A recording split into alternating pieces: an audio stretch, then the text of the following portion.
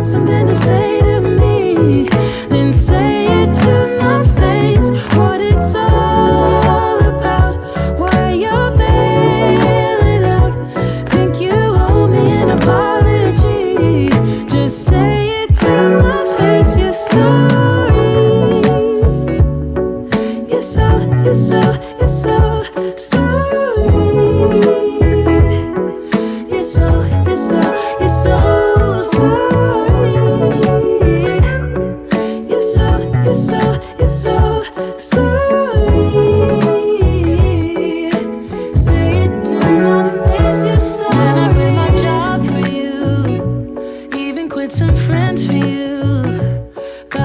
transcended me, all independent, so you had to have me for yourself.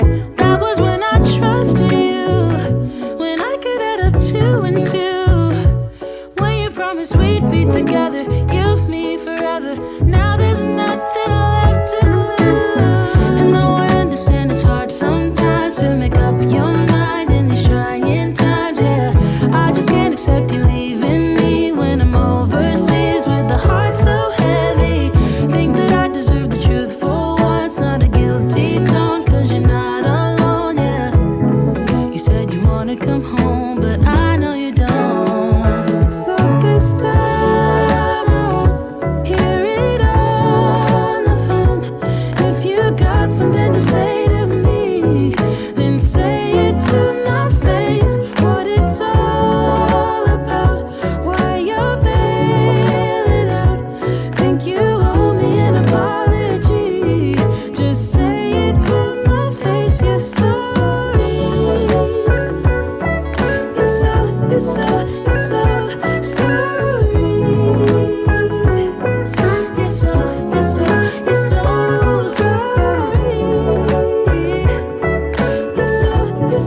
You're so sorry. Say it to my face. You're sorry.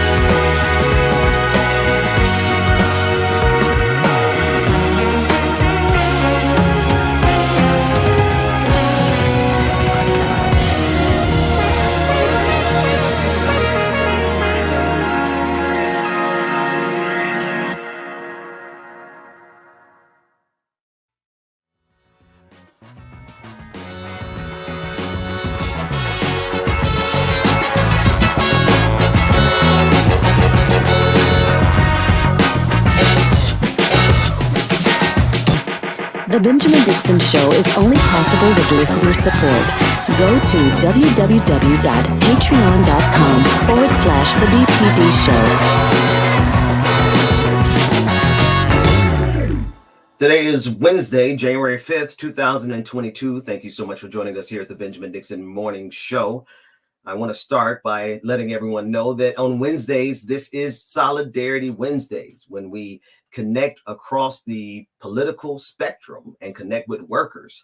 We connect with unions, and we'll be speaking on a regular basis with our friend of the show, Nomiki Constant. We'll be discussing workers' rights. We'll be discussing progressive values, because sometimes when you're in a fight, the fight is a lot bigger than just you. Sometimes you need solidarity. Sometimes you need allies, like the local Teamsters 804 out of New York. I absolutely love their grit. They know how to fight, especially in social media spaces. And I've grown up knowing that my grandfather was a part of the John Deere Union in Cleveland. As a boy, I grew up knowing about it, but then discovering how the John Deere Union has been fighting a 5-year battle. It's just something.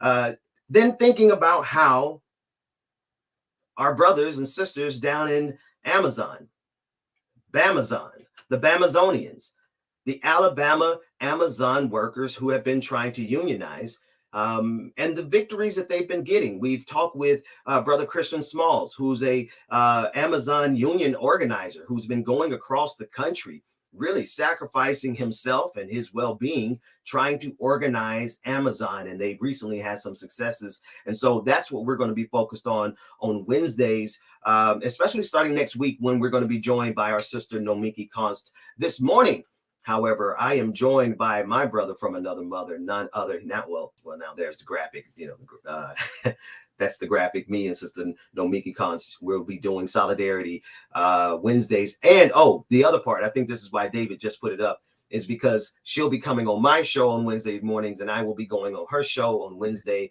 Let's see, that's evenings. I'll be going on our show Wednesday evenings. And we're going to be cross-pollinating, making sure that Brother Mac, people know that one thing that's what's interesting to me is the lack of knowledge of union workers in African American Black history, right? We have a deeply rooted history in labor unions across this country. Good morning to you. How are you, sir? Good morning, my brother. How you doing? Doing good. Doing good. Well, certainly, what we that history is not the best of history, not from the start. Granted, where we are today is a lot more effective than where we were yesterday. There was a time when unions outright didn't accept us, didn't want us. Hostile.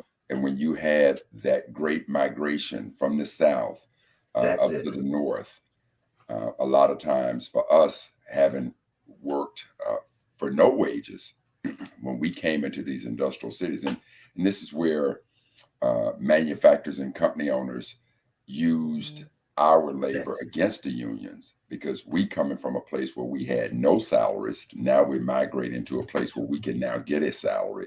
So those companies would now would hire us at a less value than what they were paying the unions. So again, that made the unions ineffective. So that was part of what brought animosity between our community and the unions. Now, that was just one reason that there was animosity between us. The other one, of course, is racism. So our start with unions wasn't the way it is today, if you will. So certainly we went through our challenges before we were accepted into the quote unquote brotherhood of the unions. Well, and that's the history of everything in this country, right? To be sure, nothing that we have right now is reflective of how it began, because like when we think of we even think of some of the championing of someone like FDR, right? And we look at the nature of how Black people were the sacrificial lambs for the legislation for the New Deal at the time, right? We know that Black farmers were sacrificed. We still feel the ramifications of that to this day. So there's no question. And the mic is better. Sorry to the audience, I had the wrong mic going at first. So there's no question about it. But then you have brothers like A. Philip Randolph, right? You have the various barber unions. You have Black unions, right? But in the absence of the opportunities, which you're speaking of, and the hostility, I actually want to pivot really quick. There was outright hostility, and that was one of the places where the division we've seen, where the best interests of workers on both sides of the racial spectrum, Black and white workers, the best interest has always been for workers to work together, right? But historically, it was easily exploited without question. It was easily exploited. And at the same time, you have brothers like A. Philip Randolph and others who did their work and also fought through union organizing. Brother Matt. And, even with that past, I will say this, Ben, when I was in my work with the NAACP in Seattle, there were times when I had cases of brothers and sisters who were in unions, and those unions did not represent as diligently and fight as hard as they could. So even though we had, certainly I recognize this distorted past, I recognize that it has gotten better, but I still recognize that even in today, and I'll get calls every now and again, I'll get calls from people who are part of unions, brothers and sisters who are part of unions. And I want to put it out there. So I hope union leaders are listening. We still get calls about the fact that you don't go as hard as you can for our community, for members of the brotherhood, the sisterhood who look like us. Yeah, that those calls are still coming in. So if you want to paint yourself as a union, all of us are together, then when our people get in trouble, you're supposed to have that representation. We need you to fight a little bit harder as well. But to your point, hello, somebody. Certainly when you talk about one of the most prominent Black figures within the framework of unions, without question, it was A. Philip Randolph. And for those of us who do not know, A. Philip Randolph was considered one of the members of what they call the Big Six. And that would have been A. Philip Randolph, Whitney Young, James Farmer, John Lewis, MLK, and Whitney Young with the Urban League. So those were considered the Big Six of the Civil Rights Movement. And of course, he was extremely prominent in the 1963 March or 1968 March on Washington when we had that big event. So when it came to labor movements, A. Philip Randolph of the Brotherhood of Sleeping Car Porters was one of the most effective members of our community. Absolutely. And also, Brother Mac, one thing I want us to always do here, speaking of A. Philip Randolph, the historic figure that he was, one of the things as an aside, there is a statue of A. Philip Randolph in Back Bay Station in Boston. And it's there where they really, that's the station I used to always take to go to work. And every day I would go in there and be able to read about that history, just as an aside. But every day here, I think we need to root the show in Black history. So what happened today in Black history, Brother Mac? Thank you, brother. And sometimes I get twisted on the March on Washington. I had a moment, but and if I did say 1960, I think I said 1963, but I just want to be sure. 1963 March on Washington. But today in Black history, a brother that most of us have heard, George Washington Carver, he actually died on this day. And so again, one of the things I talk about in the calendar is what actually happened on this day. So literally on this day in 1943, the great George Washington Carver passed away. And what we remember him from, if there's one person out of our history that we would hear a lot of is George Washington Carver. But some of the things I want you to understand is I was amazed when I researched him that the brother actually got his degree from Iowa, what is now Iowa. It was our Iowa Agricultural College, today is Iowa State University. So that's where he got his advanced degree. And so Booker T. Washington, wanting to have such Black talent in front of our students, actually convinced George Washington Carver to come down to Tuskegee. So I remember going on the campus of Tuskegee and literally going down to the lab that the great Booker T. Washington did his work on. Now, the other thing that you should remember is that in all of his research and patents and inventions, the brother actually came up with a certain paint that caught the attention of the Ford Motor Company. And so Henry Ford would come down there and meet with George Washington Carver on the regular. So at the time, the only color that you had for cars was black. But it was George Washington Carver that came up with the paint. And that's why Ford, for a long time, Ford was a huge beneficiary to Tuskegee University. Today in Black history, we mourn the loss of a great Black intellectual scientist, George Washington Carver. Wow. You know what? And that last part, I certainly did not know that connection with the Ford paint and them being a beneficiary they need to start beneficiarying them again.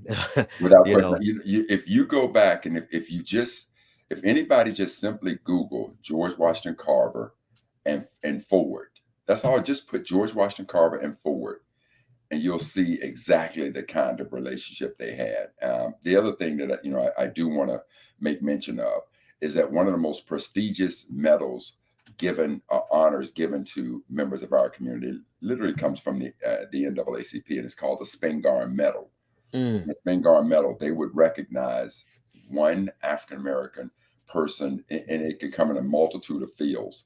And when you go back and you look at the Spingarn Medal, the list of recipients is a very impressive one. And so as we go through this process, Ben, we'll hear about the Spingarn Medal. And so I just want to put that on the minds of folks. But in 1923, the great George Washington Carver was honored by the NAACP with the Spingarn Medal. Wow. Wow. Today in Black History, Dr. Mack, they need to get that calendar. Where can they get the calendar, the Black History calendar? And of course, where can they digitally experience it? Yeah. So to get the calendar, www.blackheritagedays.com. The calendar is $19.99, free shipping. So I'll get it out to you. Digitally, what I'll start doing is I'll bring my Google device in here, and so you'll get a chance to hear what happened. But because I was able to put a person from Black history on every day of the year, something that was germane to that person, it caught the attention of Google. And so Google licensed the content from me. And so if you have a Google Assistant, you can just simply ask Google what happened on this day in Black history, and you'll get the cliff notes. And so, Ben, if you don't mind, what I like to do is just bring the Google Assistant in here. Yeah. And so when we want to find out what happened on that day in Black history, Ben, you'll be able to ask the question. Yes, sir. The Google Assistant will simply answer it. And so we'll be able to get that information. I tell you what we can do after the break. If you can hang out, you can bring it in. I don't know how big it is, but yeah. Very good. I'll do bring it in. And we'll go listen. Let's go over some news stories, because there's something happening on the January 6th front that was really interesting. Now, I've had occasion to go on MSNBC with Ari Melber, pretty cool guy. You never really see Ari kind of get exasperated with the guest, but he was talking with Peter Navarro last night, and they were talking about what happened on January 6th. And as Peter Navarro was describing what happened, he was saying it as if there was nothing wrong with the activities that were coming out of his mouth. And Ari Melber was like, no, my friend, that's called a coup. Let's take a look at this so we can see the absurdity of what Peter Navarro and the Ted. Let's run the clip. And all this required was peace and calm on Capitol Hill. And at 1 p.m., Senator Ted Cruz and Gosart, a representative, started the Green Bay sweep beautifully, challenging the results of Arizona. Here's the most important thing I can tell you about this. The thing that we were trying to deal with was a media which refused to acknowledge any kind of possible fraud or irregularities. Yeah, you just described this plan as a way to take an election where the outcome was established by independent secretaries of state, by the voters of those states, and legal remedies have been exhausted with the Supreme Court never even taking, let alone siding with, any of the claims that you just referred to. So legally, they went nowhere. Then you will use the incumbent losing party's power, that was the Republican Party that was losing power, to overtake and reverse that outcome. Do you realize you are describing a coup? No, I totally reject many of your premises there. First of all, the election was still in doubt and would be until it was certified. Second, the idea that secretaries of state, particularly in Michigan and Pennsylvania, were like innocent parties. I mean, Jocelyn Benson and Kathy Bookfar, the secretaries of state in Michigan and Pennsylvania, they were put in power by George Soros for the express purpose of shifting the playing field. So he goes to George Soros, the standard. I don't even want to take that part, Brother Mac. The fact that they could get on national television and with a straight face say, we want to institute a coup. They get called on it, say, brother, this is a coup. And then he said, I reject that premise. That's some caucasity right there. No, Ben. That is what they do. See, this is the reason why when you take a look at American history, see, this is what he is setting the place for. And this is the most dangerous word that one could encounter. It's called a revisionist. He's just simply sitting there, and he is in his quintessential format becoming a revisionist. And a revisionist will tell you, you can sit there and watch history, and a revisionist will explain it to you like what you saw really isn't what you saw. That's right. This is what really happened. So in this case, and you got to understand, Ben, that when we're talking about today's Republican Party, because yesterday's Republican Party was a good party. You know, we need to remember yesterday's Republican Party was the party of the abolitionists. Those were the folks who led us, you know, who helped fight to end slavery. But today's Republican Party, totally different beast. And so when you take a look at history, the way it is today, absent of what is going on, you know, absent of our contributions, these were revisionists who wrote this history. So here, what the Republican Party is just absolutely staring right in their face is that they were the party who tried to tackle and destroy American democracy. You put an assault on American democracy. They do not want that as their history. So I want you to remember this. There's an ideology called the lost cause, where the veterans of the Civil War, the Southern Confederate veterans, got together to revise history. And they wanted to paint history as, number one, we didn't start the Civil War. It wasn't fought over slavery. And that ideology is what permeated through all of our history books. And they were extremely effective with that. So trust and believe that if we don't keep it up, Ben, if you don't talk about what happened on January 6th, so that we all are very clear about it, trust and believe Soros sitting there with all of his rambling would be very convincing to those who ignore what really happened on January 6th. So Ben, what I would like for you to do, for all of us, is to paint the picture of exactly what was Soros saying and exactly what happened on January 6th. No, Navarro, what Navarro was saying, and he dropped, and Navarro dropped Soros. My bad, Navarro. No, but that's exactly right. That in terms of the BS, because what actually happened on January 9th, I changed it from the 6th to the 9th. What happened on January 6th was a coup. Yes. It was the first step in a long coup. That was a dry run. It was a test run. It was a stress test of the system. Everyone knows the first time around is a test run, and they are not done yet. And what they've done really effectively, and what Peter Navarro is just kind of brushing by. There's a second clip I want us to play here. He's just brushing by the fact that they have done this at every level of our government. They've worked through the judiciary. They've worked and they purchased Congress people, and they've gotten the presidency. That's nothing to them. And now they are all out in the streets having a revolution in a system that they own.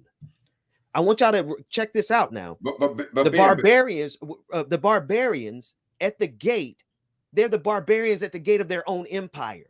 Right. This is a white supremacist back country, and you got white supremacists storming. That is a technique of fascism 101. They are keeping us in a perpetual state of constant revolution from their perspective, Brother Matt. And so, Ben, what I want people to understand is this. See, Navarro said, and again, forgive me for calling him Soros. My mind is weak this morning. But what Navarro said, he said, the election was still very much in doubt. I want you to pay attention to that. He said it was very much in doubt. No, Ben, we talking January 6th. So, Ben, in the steps in this election, what was Congress there to do on January 6th? They were there to confirm the election. They were there.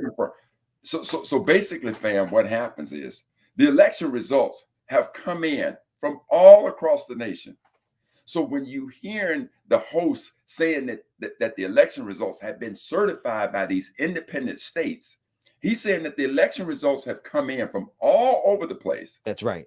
And now this electoral college, which some people are getting confused about or maybe not sure about, but anyway, now that you come to Congress, The members of Congress are to push their electoral votes in on January 6th. Right, Ben? Right. And now what is supposed to happen? Now they are supposed to say, the state of Iowa has certified the election results. The state of Mississippi has certified the election results. State of California, all the states recognize that they have certified the election results. There was no doubt about the outcome of the election. But now, because negative 45 was still claiming foul for no other reason than he lost, now they decided we are not going to accept the votes of the American people. Damn the votes of the American people. Yes, we sir. are going to go over there and we're gonna take the government, we're gonna take power. Now, if that sounds reckless, I didn't do it. I'm just telling you that's what happened. That's it. Let's take a listen to this next clip. And Ari Melber is asking Peter Navarro why he thinks Vice President Mike Pence wouldn't listen to him. And he's going to, well, it gets interesting. Let's run the clip. Didn't he listen to you? Well, I talk about it in the In Trump Time book. His chief of staff, Mark Short, who is a Koch network conservative, meaning that he's a never Trumper, basically walled off Vice President Pence from the day Mark took chief of staff's duties back in 2018. And it was a sad story. Mike was always good to me until that day. The thing about Mike's betrayal of President Trump, which is really interesting, is he never shared the legal analysis of his general counsel, Greg Jape, and Mark Short. And this may be relevant, sir, in future elections, which is, don't you think somebody would have thought of this if the incumbent administration, through the president or the vice president, could just cancel the election outcome because he goes down to the Senate? Well, then a lot of people would try to stay in power. We have an entire system designed to thwart, and I want to say this respectfully, but it's the truth, people like you, to stop people like you who think that you can anoint yourself the reviewers of the voters, of the American people, of what they lawfully did, that you trumped the Supreme Court, no pun intended. People like you are what the Constitution are designed to stop, and it worked, and it did stop you. All right, Ari. Way to allyship that one, man. Because he said it's to stop people like you, Peter Navarro. Come on, Brother Mac. Player, I'm gonna tell you something. I can't say that I listen to Ari a lot, right? I don't watch much. But I'm gonna tell you something. I love the fact that he just put that right out there. He was like, player, we talking about this is what the system was designed to do, to stop a fool like you. Yes, sir. See, yes, sir. And then think about what Navarro said. Navarro, because words so matter. Navarro said Pence's betrayal of Trump. No, for once in his miserable life, that's right. Pence saw something greater than Trump. He saw the ideology of American democracy. That is what Pence did. Yeah. It was not a betrayal of Trump. It was to adhere to the will of the American people. And as Ari said, this system stopped a traitor like you, Navarro. That's exactly what I'm gonna tell you something. That piece from Ari, if you ever talk to him, Ben, tell him. Oh, I'm gonna let him know. I'm gonna hit him up. A1, baby. In the world of sitting there and not fooling around, he threw no punches right there. That's right. And it's what you call, Brother Matt, courageous conversation. Yes, sir. And he asked for, he was like, with all due respect, people like you. All right, Ari, I felt that one, man. Listen. It really, speaking truth to power, it happens on occasion. It doesn't happen a lot on these networks, but that was one of those moments. And one of the things that happened, Navarro really revealed, and we're going to take a break here. But one thing that I want to see if you picked up on, Brother Mac, was the civil war that's happening in the Republican Party that Navarro just pointed out. He said that there's the Koch brother faction. That's the faction that walled off Vice President Pence, meaning that Vice President Pence knew that when this all was over, he could fall back on the Koch brother network. And then you have the new Trump faction that's taking over the party. And Peter Navarro has chosen the side of Trump. And so really interesting, the civil war going on there. And just remember, Ben, Trump is in love with the ideology of what President Xi over in China is doing, right? So Xi done set it up where he's president for life. Trust and believe. China, Trump wants that. He wanted that very same system. And you got white boys in power, just like this cat Navarro. And when you look at, Ben, I'll tell you another thing. If you play the clip again, look at Navarro's face. You can look at his face and see, okay, I have practiced this line of BS. I just want to be sure. Look at his face. That is not the face of a convicted man in his principles and belief. This is a snake oil salesman at best. And I will say this to you, that if you don't pay attention to what's going on, I just tried to imagine, not that I did not know what was happening on January 6th. Navarro, with all of his words, sounds very, very convincing. But you look at his face. Look at that face and tell me that when a dude is slapping you side the head like Ari is slapping him, he's saying, look, I know I'm trying to sell you a lot of BS. You see, this is why I don't come on this show. This is why I don't go on MSNBC in the first place. He's regretting it right now. Oh man, Peter Navarro was not expecting that from Ari. And this is listen. The truth is like when you catch the rabbit, you better know what to do with it. And a lot of times, like as journalists, you get people in your presence, and some people won't ask the real questions, or some people won't draw the real conclusions. Absolutely. More than anything else, people will avoid that conclusion. And that is the thing that frustrates me the most about watching shows like that, is when you won't come hard, and if a person, you got them on the hook. Now press the issue. That's right. And at that point, that was one of the most beautiful points of journalism that I ever saw. When Ari says to him, the system worked. It was designed to stop people just like you. Now, in the world of democracy and white power, for you to tell a white powerful man that the system was designed, this American democratic system that has worked beautifully in its transfer of power, was designed to stop shit like what you was trying to do. And that white man just sits there and looks at it, Ben, and can't do nothing about it because it's the truth. But when he sits there, when you hit somebody with that, I mean, back in the day, somebody would have said, how dare you insult me? I challenge you to a duel. And you go outside and duel. He ain't saying nothing right there, Brother Mac. We're going to hold it there. Let's hold it there for a second. We're going to cut over to a break. DJ Exclusive is in the house when we come back with more of the Benjamin Dixon Morning Show. DJ Exclusive, good morning, man. It's good morning, y'all.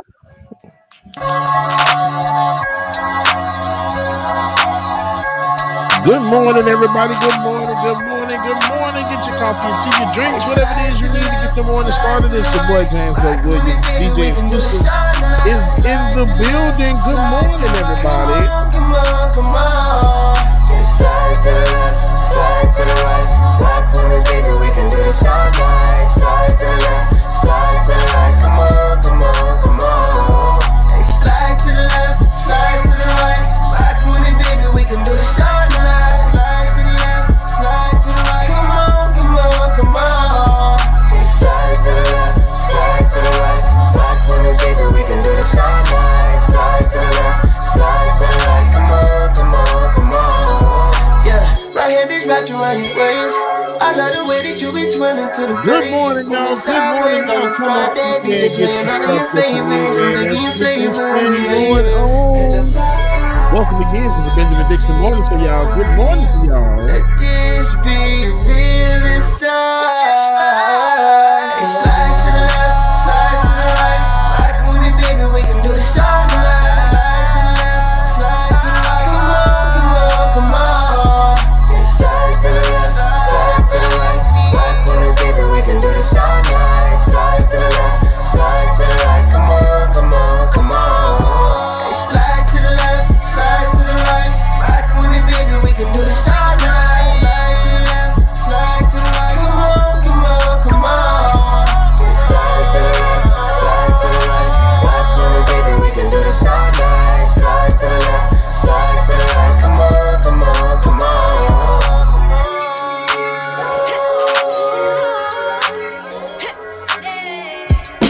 I got tons of soul in my true collective ball. Famous, so famous, number one desirable.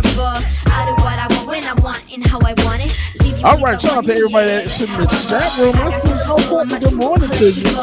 Really right, Dragon Daddy, what's going on? Ryan in this room. Mark H, good morning, brother. Laverne, what's going on? Roller Dragon is here. Brendan Johnson. How good morning. Who word on my shoulder? Good morning to you. Quick, what's going on?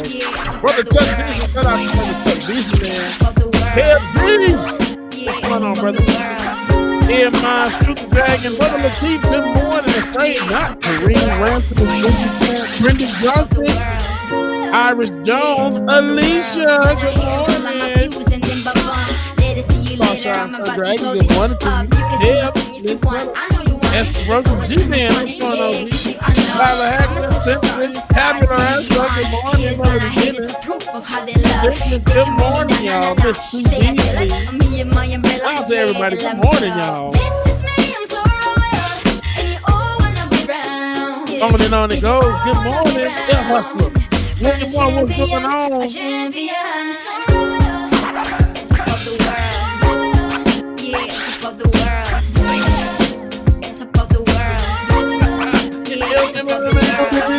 All the MTV. Good morning.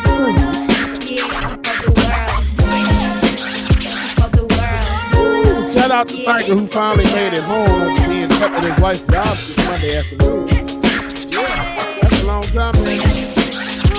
Bessie Lynn, good morning to you.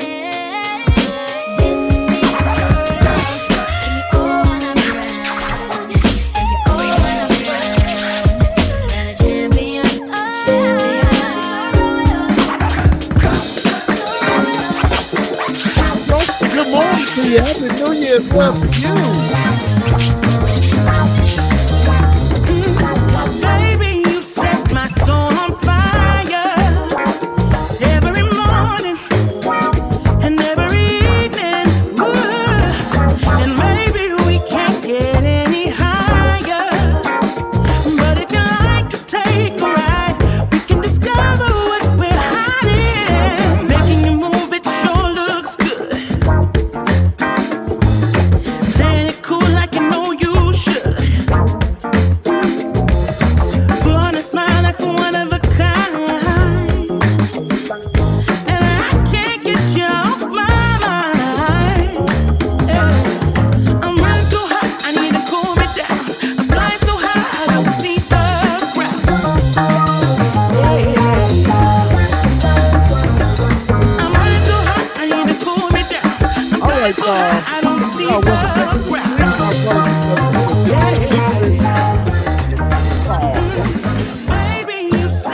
The back.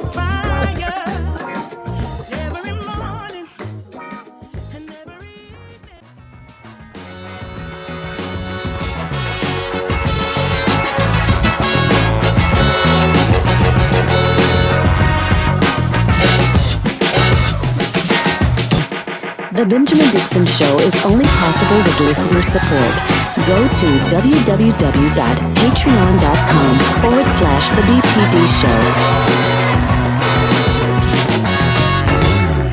Welcome back, everybody. It is January 5th, 2022. I keep trying to say 2021, but welcome back to the Benjamin Dixon Morning Show. I'm joined by DJ Exclusive, brother from another mother, as well as none other than the Mac, brother Carl Mack.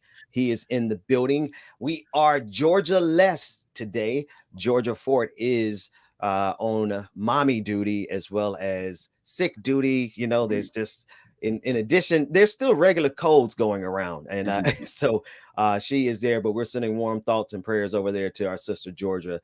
Gentlemen, how y'all doing this morning? You know, I'm cool in the gang. And brother DJ, I don't even think yesterday when we hooked up, we got a chance to just you and I exchange pleasantry. So happy New Year to you, my brother. Yeah, Dr. Mac, happy New Year to you too, sir. It's good to see you as always. Yeah, likewise. That's good. That's the black men magic on the air. Good morning to both of you guys. Listen, Georgia Fort's not here, but nevertheless, we're still on the clock with Georgia Fort. There you go.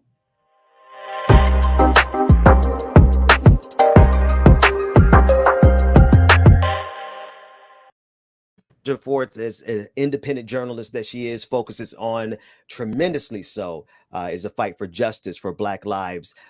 This next story intersects the fight for justice for Black lives as well as the fight for peace in our communities, fellas.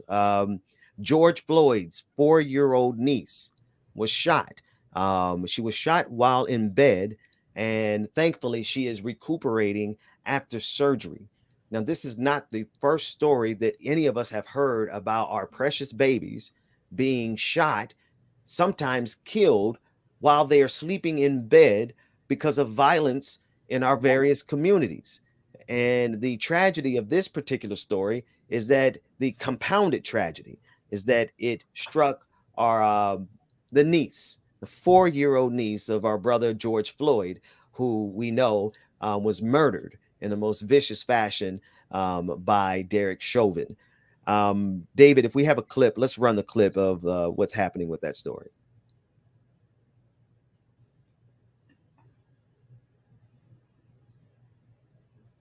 All right, we'll get the clip. Oh, there it is. Audio. Okay, we have no audio on that, but that's fine. Brother Mac, this is one of those things that I'm thinking about my friend in Chicago, Jamal Green. He comes on the show, and he regularly asks the question, "What the hell is going on in Chicago?" This wasn't Chicago, but the reality of it is that, you know, if I'm not mistaken, Ben, I think the niece lives in Houston, correct? Houston. It's an epidemic around the country, Brother Mac. What are your thoughts about this collision, right?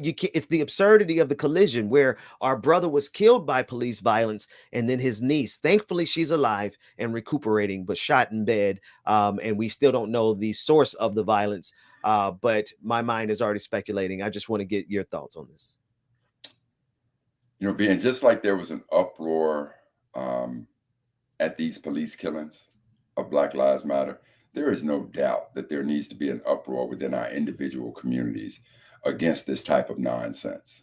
You know, when anybody would ride around and recklessly shoot into a home with the possibility of committing an atrocity similar to what has happened to this little angel.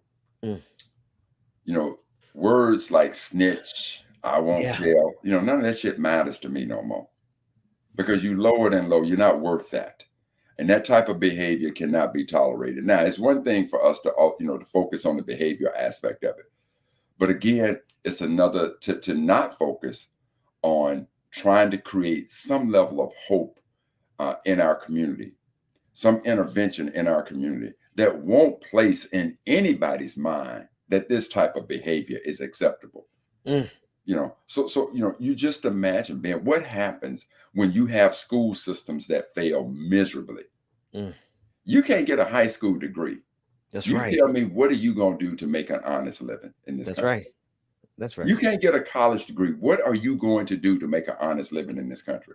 So when that educational system fails as miserably as the American education system is failing our children, and they are left with no hope, we're going to see the type of behavior that we're seeing in cities all across the country.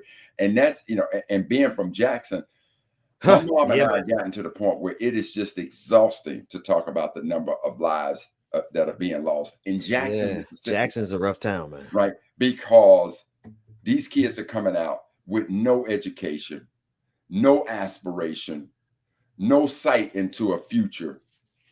And so they just act. You know, they behave in this reckless way. So, you know, it's one thing to look at the act itself and be disappointed and be horrified about it. But it's another thing when you go a little bit deeper and start looking at, you know, what type of person would do this? Well, a person that has no hope, no aspects of a future. And a lot of that begins, you know, you could say it begins at home, but then it is exasperated when you go into a system of education that is supposed to, you know, give you the tools so that you can go out there and make an honest living. And now we're dropping out of college. We're not even going to college, dropping out of high school, not doing well in school, not valuing that education.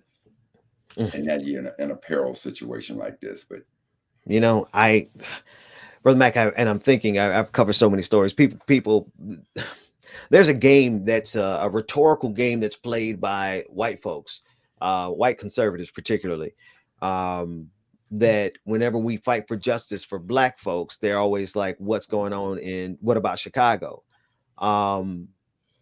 We ask that question ourselves, and we don't need you to say nothing about it. We don't need.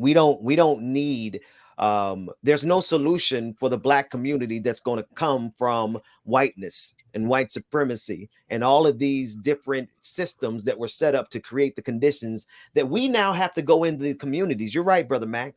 We now have the responsibility of going into the communities and saving our people from a system that was designed to destroy them from the first place. mm-hmm. And when I look at these young brothers who are overwhelmingly the ones committing this particular type of violence in our communities, let's not get it twisted. We're not talking about the mysterious black on black crime, because I would tell you about white on white crime. I would tell you about Hispanic on Hispanic crime. I got all the receipts from the FBI. They're all about the same. Okay. But we're talking about the violence that does happen that ends up taking the lives of our babies in our tribes, in our communities. And it is a direct extension of what you said, Brother Mac. It's a direct extension of the fact that these kids have no hope.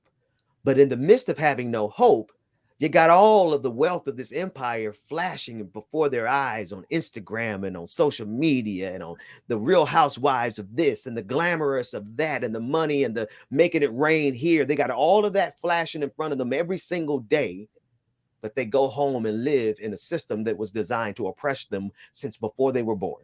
And Ben, and I need people to understand exactly what you're saying when you say a system that was designed. Now, I want us to understand what that means.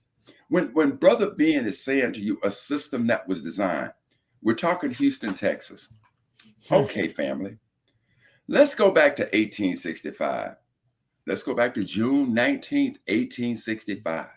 Juneteenth. Go back there. So now these are the last blacks who were enslaved. And Granger comes in, issues General Order number 3. You're now free. Okay. What did they do? What happened? Did all of a sudden they said, look, here's land, so you can go work your own land? Did they have banks set up for them? Did they have businesses set up? What happened to our people? Now that all of a sudden you're free, what happened? What did the system do?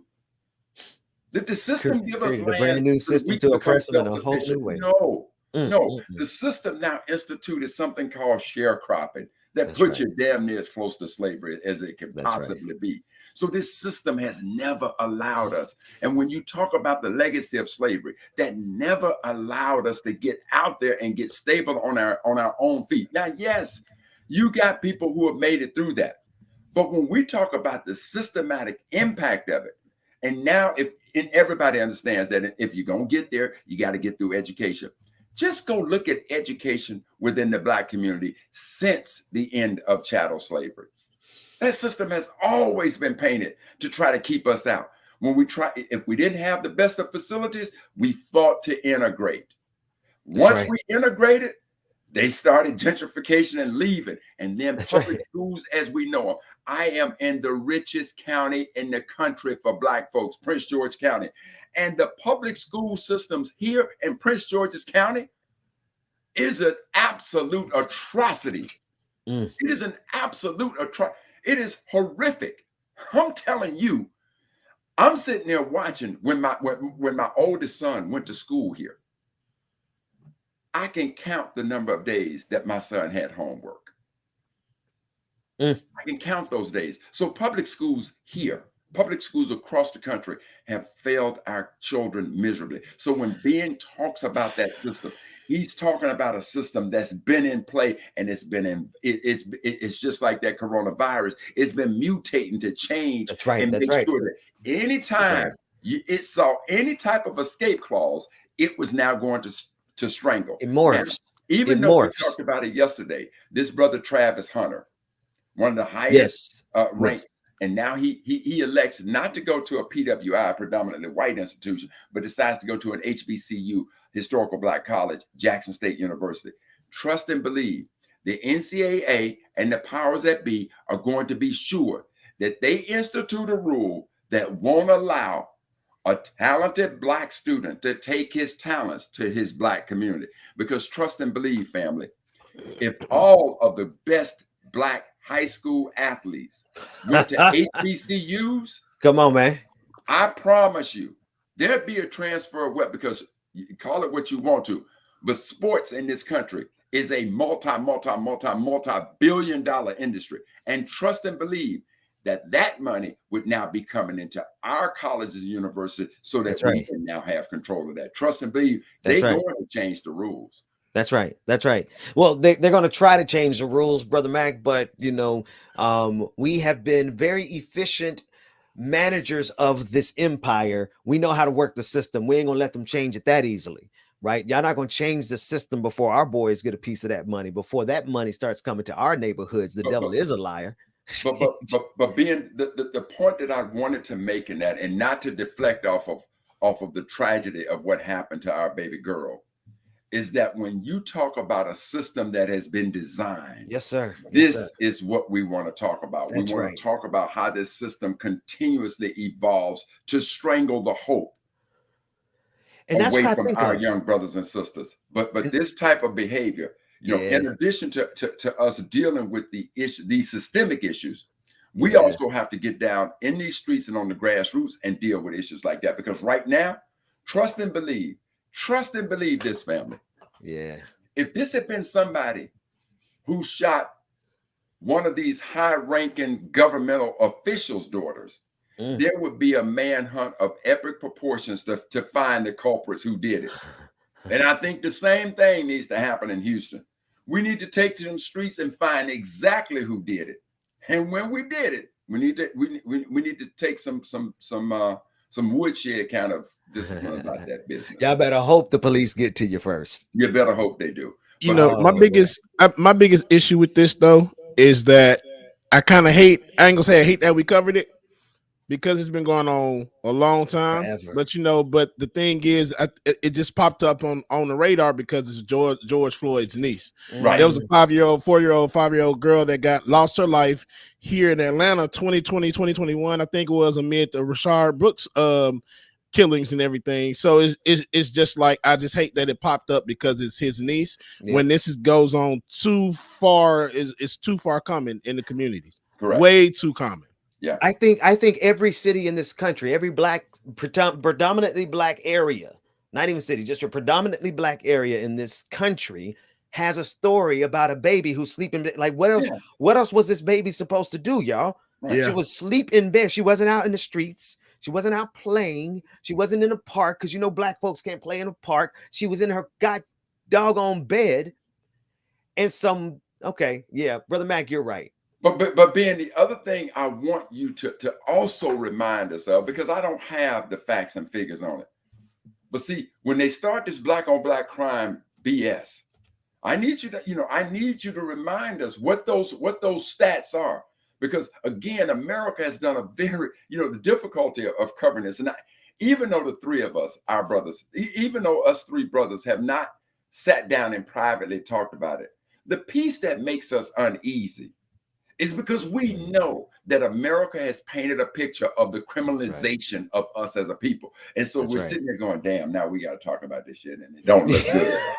But listen, That's right. But what we do know, Ben, what we do know, Brother DJ, is that if you go into any community, you look at who commits the crime against white folks. White folks commit the crime against white folks. Oh, yeah, that's right. Always in a race, because again, facts show you that people who are closest to you, that's where the nonsense starts. So Ben, always remind us, in case people want to now try to go down this path that America has painted so beautifully of the criminalization and of black folks, like that's just the way we are. No, family, this is just the way American society is. You can go inside any race, any culture, and you're going to find percentage-wise, where those crimes are being committed. Yeah. I'm looking for my there was a meme I did, a graphic that I did years ago, and I'm talking like, I don't know, 10 years ago, debunking it because the FBI data reflects exactly what you're saying. And when I get it, I'm gonna stamp it. We'll have it so that we can bring it up on the screen every day going forward. Always keep it close. What you said, but what you say is true. Because here's the breakdown.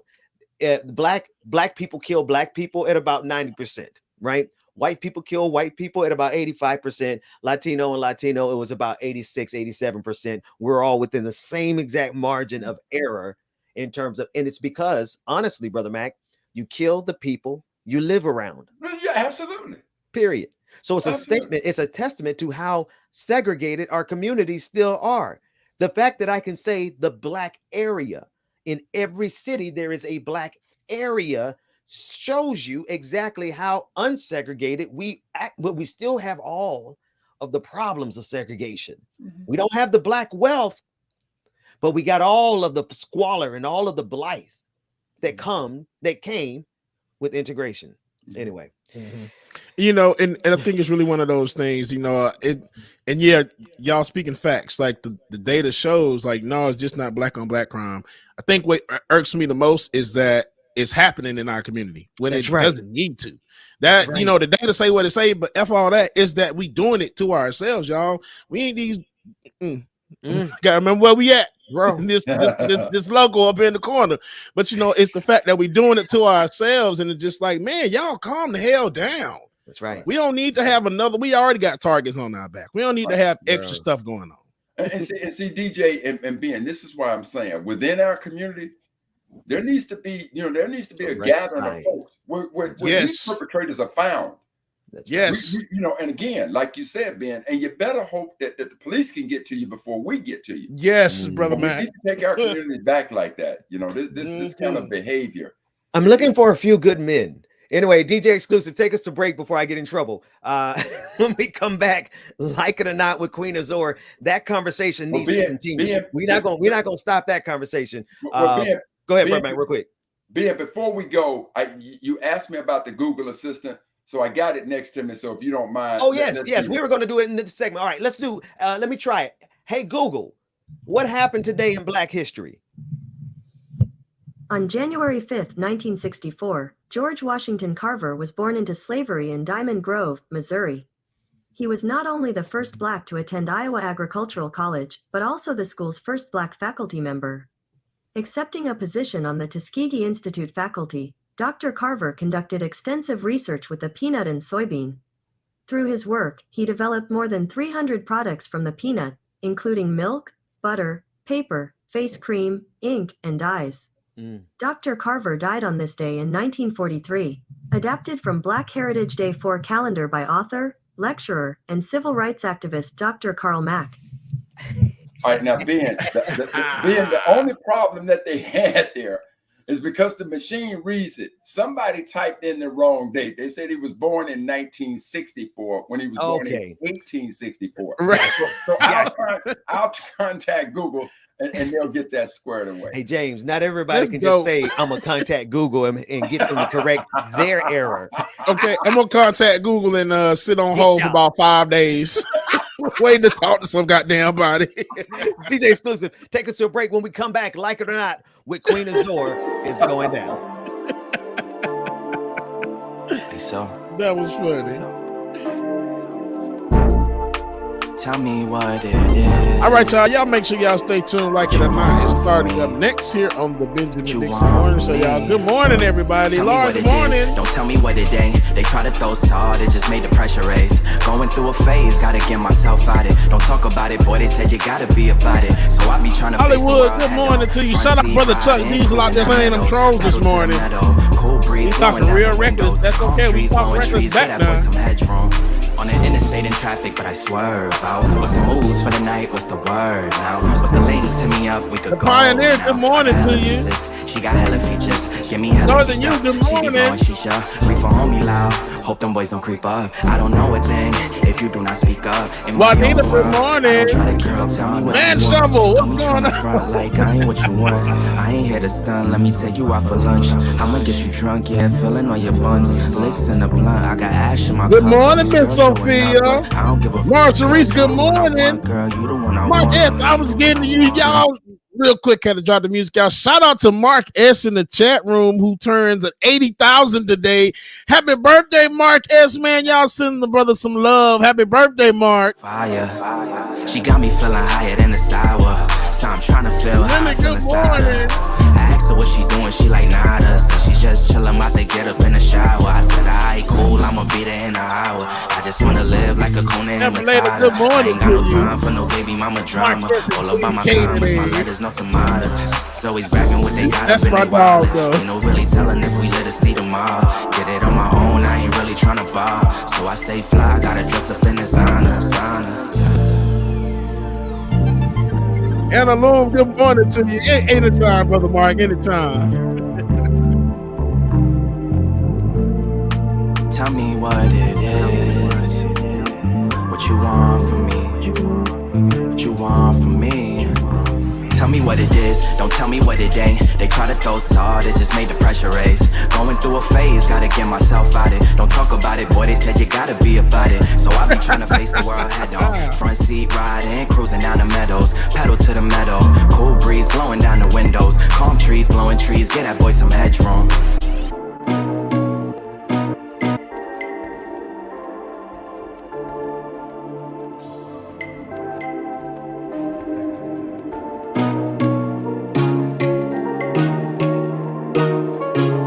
Boondocks Dragon, good morning to you. Kelly Low Game, good morning. Just give it up. I'm not your girl and I never will be. Don't call me up.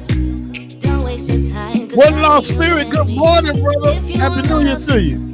Look somewhere else, heal for nothing. Just give it Good up. morning, Mom and Daddy. I know y'all watching somewhere. Good morning. Good morning, Q. Don't get me wrong. You and I could have fun together when I feel done with having fun on my own. It's better to care for yourself, not rely on somebody else. So don't get me wrong. I'm just riding alone. Just walk away, 'cause I got no intentions of hanging out with you tonight. Don't look my way. If you want a problem, I'll give you a problem, alright? If you want love, just give it up. You got the wrong girl. You got the wrong, you got the wrong, you got the wrong girl, girl. You got the wrong, you got the wrong, you got the wrong girl, girl. This is my time. I'm feeling good, rule every party. See how I shine when I'm alone. Nothing can stop me. You should go out, meet someone else, someone who gets you. Don't stick around. All right, then you better hurry up. The song coming up next. Not me. Don't get me wrong. You and I could have fun together when I feel done. Elizabeth Bowman, good morning. It's better to care for yourself, not rely on somebody else. So don't get me wrong. I'm just riding alone. Just walk away, 'cause I got no intentions of hanging out with you tonight. Don't look my way. If you want a problem, I'll give you a problem, alright?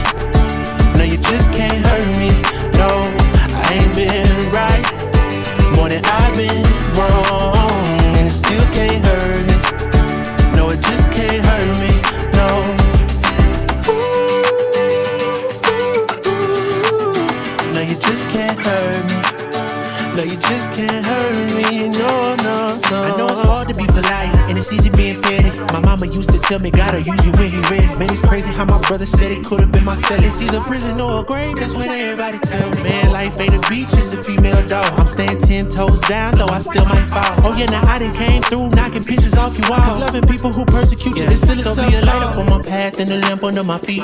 I know my faith strong, but my flesh still kinda weak. When that victory be looking like the verge of defeat, and I feel that disrespect, help me turn my other cheek and say sticks and stones may break my bone, but your words can't hurt me. No, you just can't hurt me. No, I ain't been right more than I've been wrong, and it still can't hurt me. No, it just can't hurt me. No.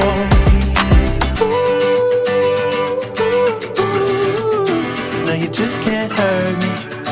No, you just can't hurt me. No, no, no.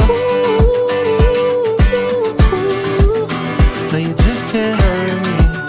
No, you just can't hurt me. No.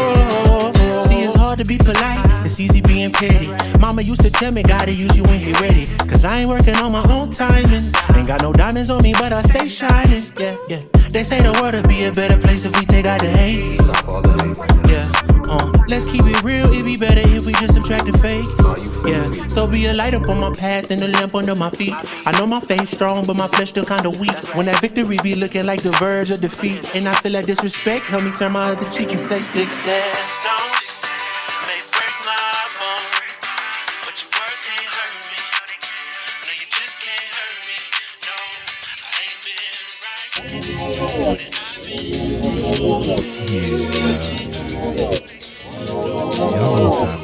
Good morning, y'all. Christopher Shaw, good morning to you. What's going on? It's time for Like It or Not, y'all. 9 a.m. to 10:30, yeah. Like It or Not is on your channel, yeah. Politics and culture is we change game like we supposed to, yeah. Interviews and all the news, we get to choose what gets the views. Like It or Not with Queen Azor, it's starting now, so stick around. Like it or not, it's going down. Like it or not, y'all stick around. Oh, Rebecca's on, it's coming through. You know she got a good story for you. Oh, Benjamin, that's my dog. This is his show. He's a politics bro. I am your DJ. DJ exclusive. Y'all know. Marcus, this is for you, Marcus. It's your sleazy birthday. Happy birthday, Marks. Like it or not. Sarah AP, good morning to you. Happy New Year. Down. Like it or not, y'all stick around. Oh, like it or not, it's starting now. Like it or not, it's about to go down. Like It or Not with Benjamin Dixon starts now.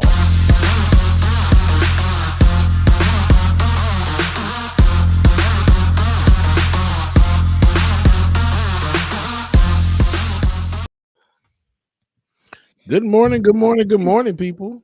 Good morning, good morning. Oh, no, that wasn't me. No, just but the bundles, the life. Let it go. You're giving life. Good morning and welcome to Like It or Not. She giving big Lion King energy this morning. I see you, Rebecca. I'm sorry. Go ahead. Exactly. We both are taken aback. Rebecca, you're looking spuntac back liveless.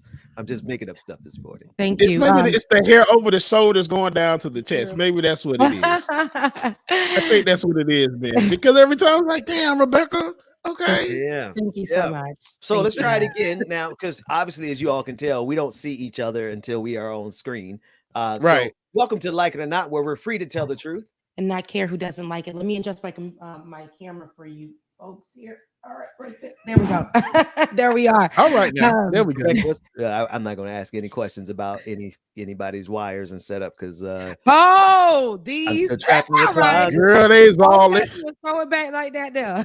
Right. Okay. Ooh, look so clean. Look. Look at you. Right back. Looking like you live on the leading edge of gentrification. You live in somebody's white neighborhood, don't you? I do. Very white. Do? Actually, my little brother's in town visiting, and he came over. And he's just like, I really love your space. I was like, thank you. I want everybody who visits my space to always have, like, when they come in, it's just a good vibe because I don't let everybody into my space. But when they come in, just a nice, good vibe. But it's the mountains. He was saying, like, I see what you're saying. The mountains behind me in my view, like, they help me. Like when I'm having such a terrible day and I just sit down on the balcony. Oh, no, that's and I just really watch the sunrise or sunset or just watch whatever weather is going down, even the rain. Like it's just always a beautiful. Have you been to Costa Rica before?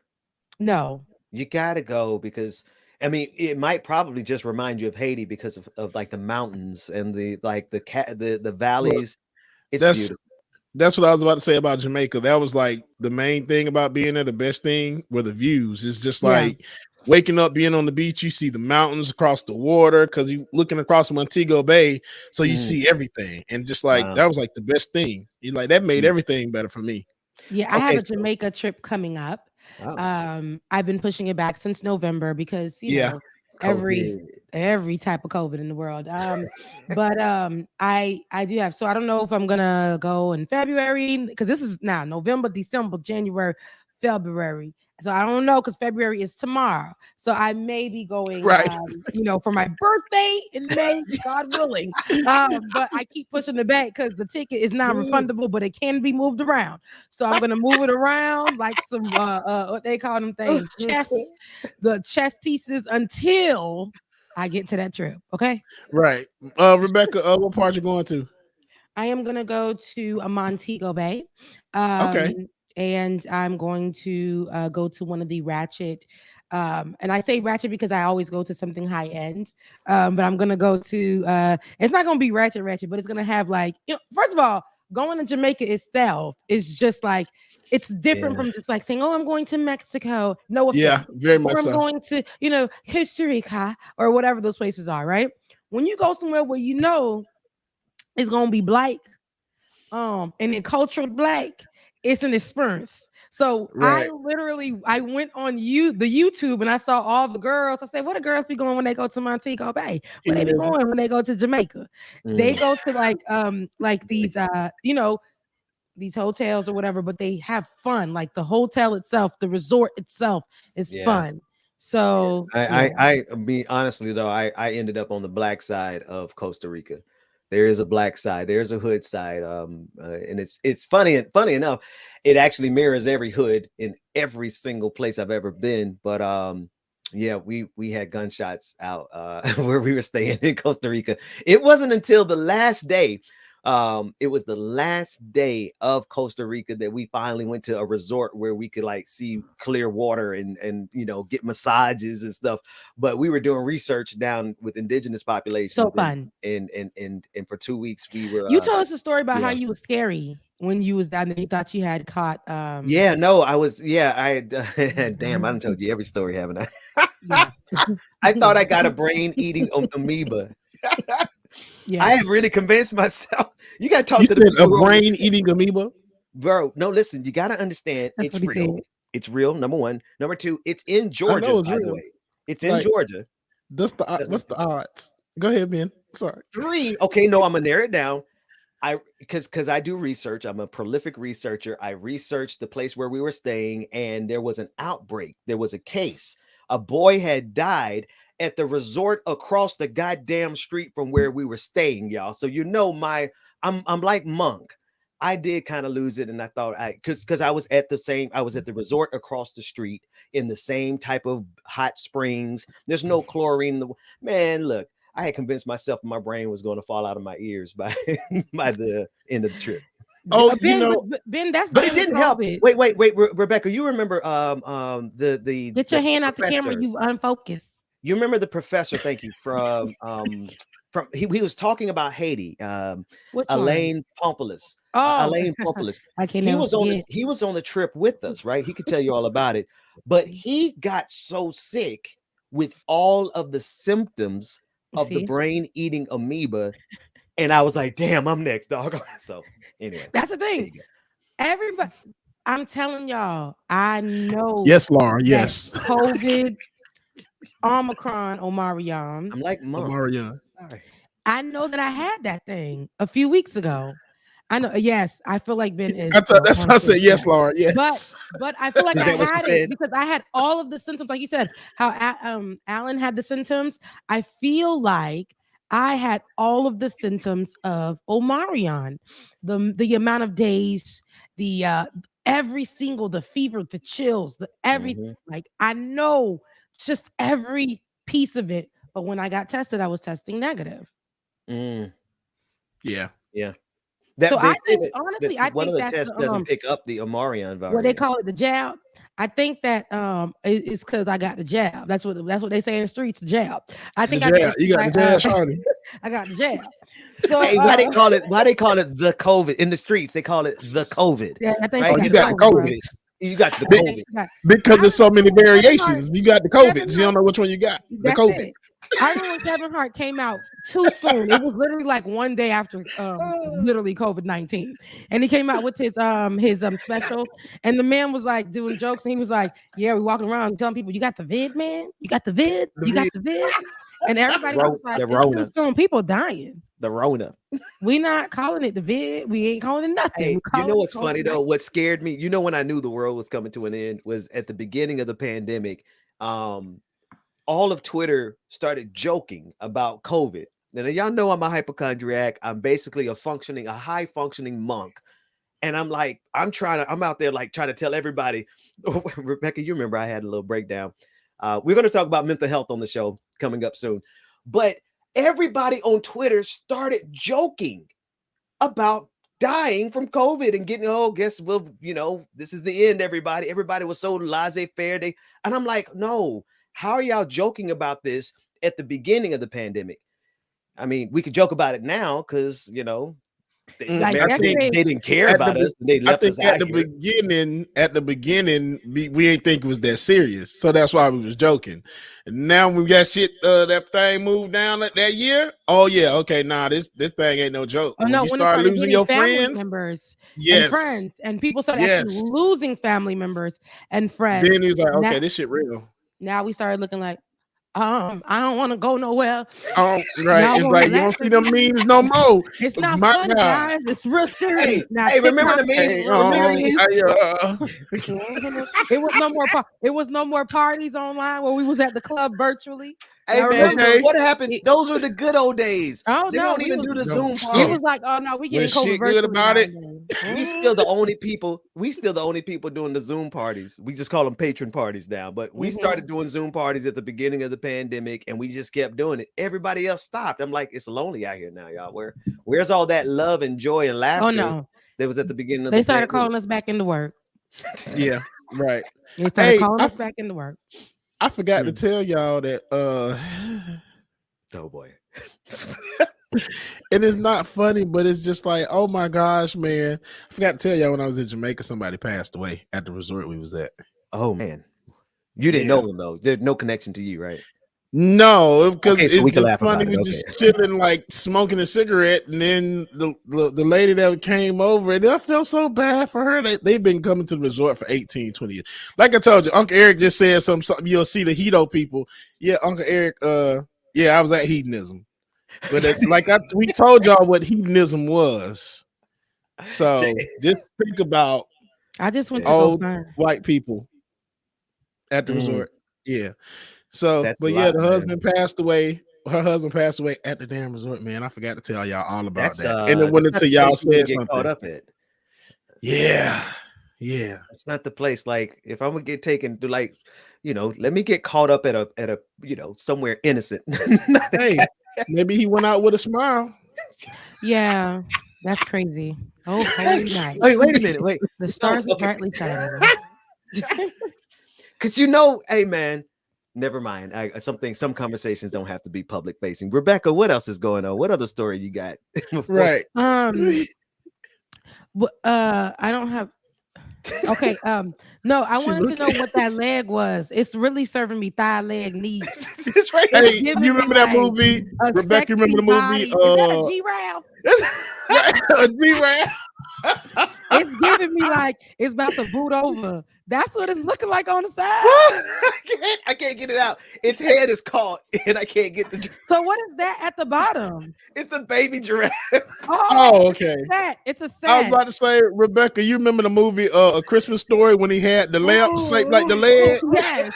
Yes, I thought it was too. I'm That's what it looks like. That's what it looks like for real. I'm like, Ben, what the hell going on right there? What you and Jada got going on? And it's in the closet too? Okay. The baby giraffe out there like. Let me just say, I do live. Listen. I would say this. They be shooting in my neighborhood now. They be like, I be going outside meditating, doing my little yoga stuff and communing with the universe and be like, hey, neighbor, try to turn my little neighborhood into a, back to Sesame Street. It's not happening. About 2 o'clock in the morning. 2 o'clock in the morning, I'm outside doing my stuff and pop, and I ain't even move. But it has been also the new year. People because I'm reading this at the same time. People have giraffes sometimes. No, but people are still outside doing the Where do they think bullets are going to go when you shoot up in the air? For the new year? Where do they think bullets are going to go when you shoot up in the air? They're coming back down. They're coming back down. They got to come somewhere. They don't care. They just want to shoot. So dumb. So dumb. They think it's like your boy. What's your boy that just got out on parole? Who threw his hat up in the air and then never came back? Damn, Bobby Smurda. Bobby Smurda. They be thinking these bullets like Bobby Smurda's hat, just like pop pop. Now that hat came back down when he got out. But listen to me. We're not. David, stop yelling at us. Golly, Jesus Christ. David has been like on one like ever since Monday. Listen. I blame Ben. I know Ben did it. And Ben be the leader of the one that's just literally distracting us. Wait a minute. What's so horrible is I set up this whole thing to be like this professional show, blah blah blah, and then I get on the show and just completely just tear everything up and just go anywhere we want to go. And he came over with a whole hoodie on. You see that? Was he with that hoodie on the morning show, or was he? Yes, okay. The whole time. This is Solidarity Wednesdays. I wanted to dress up like I would if I was out organizing with some labor union activists. In Levi's, man. In Levi's. What the meme say? In your panties. Man, I put on some Wranglers. I put on some Wranglers and some Lee jeans if you let me, man. I'm from Lee is still good. Lee is still a good. Okay, Al Booger. See, I had to change rooms. People. I changed houses, but people were like, "Oh, Ben, you got money." Remember how nice my background was? "Oh, Ben, you got money." So I said, "Let me look like I ain't got money for a little while and put on a hoodie." Yeah. So you heard what Ben said. Some people change rooms, Ben change houses. That's money so tall. God damn! I had to go and live the hood experience. That's money. I couldn't be hooded. I'll be in the same living room for 3 years. Same living room. Y'all know what it's like having to. As soon as I get off on this one now, I can't say that my life isn't luxury to my standards because I am. Girl, you're over there looking like brand new money. Listen. No, because you gotta. You look like you live. They say fake it till you make it. I don't really fake it till I make it. I don't fake it till I make it either. I look like I live in Jonesboro. No, you take that. What do you do? See, I'm manifesting luxury all 2022. James, where you you take your quarters and your dimes and you make it luxury for you. Just because black luxury TikTok and white luxury TikTok are telling you what you should be looking like and why. And they want you to have only one little thing in your home and one color and whatever. Like my living room, it might look like that, but my bedroom, I have reds and purples and oranges and stuff like that. Do what you want with the money that you got. I go to a store called DD's. And you and my mama. I like DD's. That's my mama's favorite store. And when I have a couple over there, I buy nice things too. I like nice things, but you do what works for you when you got the money. Mall DD's. I'll be up in there. DD's is the best. Dang, Ben. Now I'm about to go up there because you know it's right down the street, bro. Yeah, like DD's I'm not going to DD's, but my mama raves about DD's, Rebecca. Because I What's literally going got on? Vera I'm on the Wang way to shades. DD's. I literally got Vera Wang shades from DD's. And I say this because I was dating a guy that told me, because I bought him some luxury stuff for his birthday a while back. And I came around some money. So I got, but listen, I say this because I was dating him. And then I remember when we first got together, it was like we were able to do whatever, shop at DD's, rave about DD's and stuff like that. And then he bought me Chanel and stuff like that. Then it turns around after that. He's like, oh, we're not doing. He said, we and I bought him something. And he's like, we're not doing, what he said, we're not doing DD's no more. We're not doing Burlington anymore. We just gonna do like, what was it? Celine bags and this and that. I said, no, we can do Celine bags and DD's and Burlington and whatever I want to do, because Dollar Tree still holds it down. Okay, I was just about to say Dollar Tree. I was just about to get so hyped. Me and my still holds it down. Dollar Tree. My wife took me to Dollar Tree for Christmas. You mean and I was like, Dollar Tree, because now it's plus. Mine in my area hasn't gone plus yet, but it's Dollar Tree plus because it's like $1.50 now. But it David is really trying to. David is really letting all the chat rooms. He's in every single one of the separate chat rooms saying, "Guys, I'm out of control here. I don't have any control." Right, over he is. David, trust black people, David. We got it under control. This just shows the man can't control it. Stop playing. The man. This is my passive aggressive way of letting that white man know who really run the show. No, leave David alone.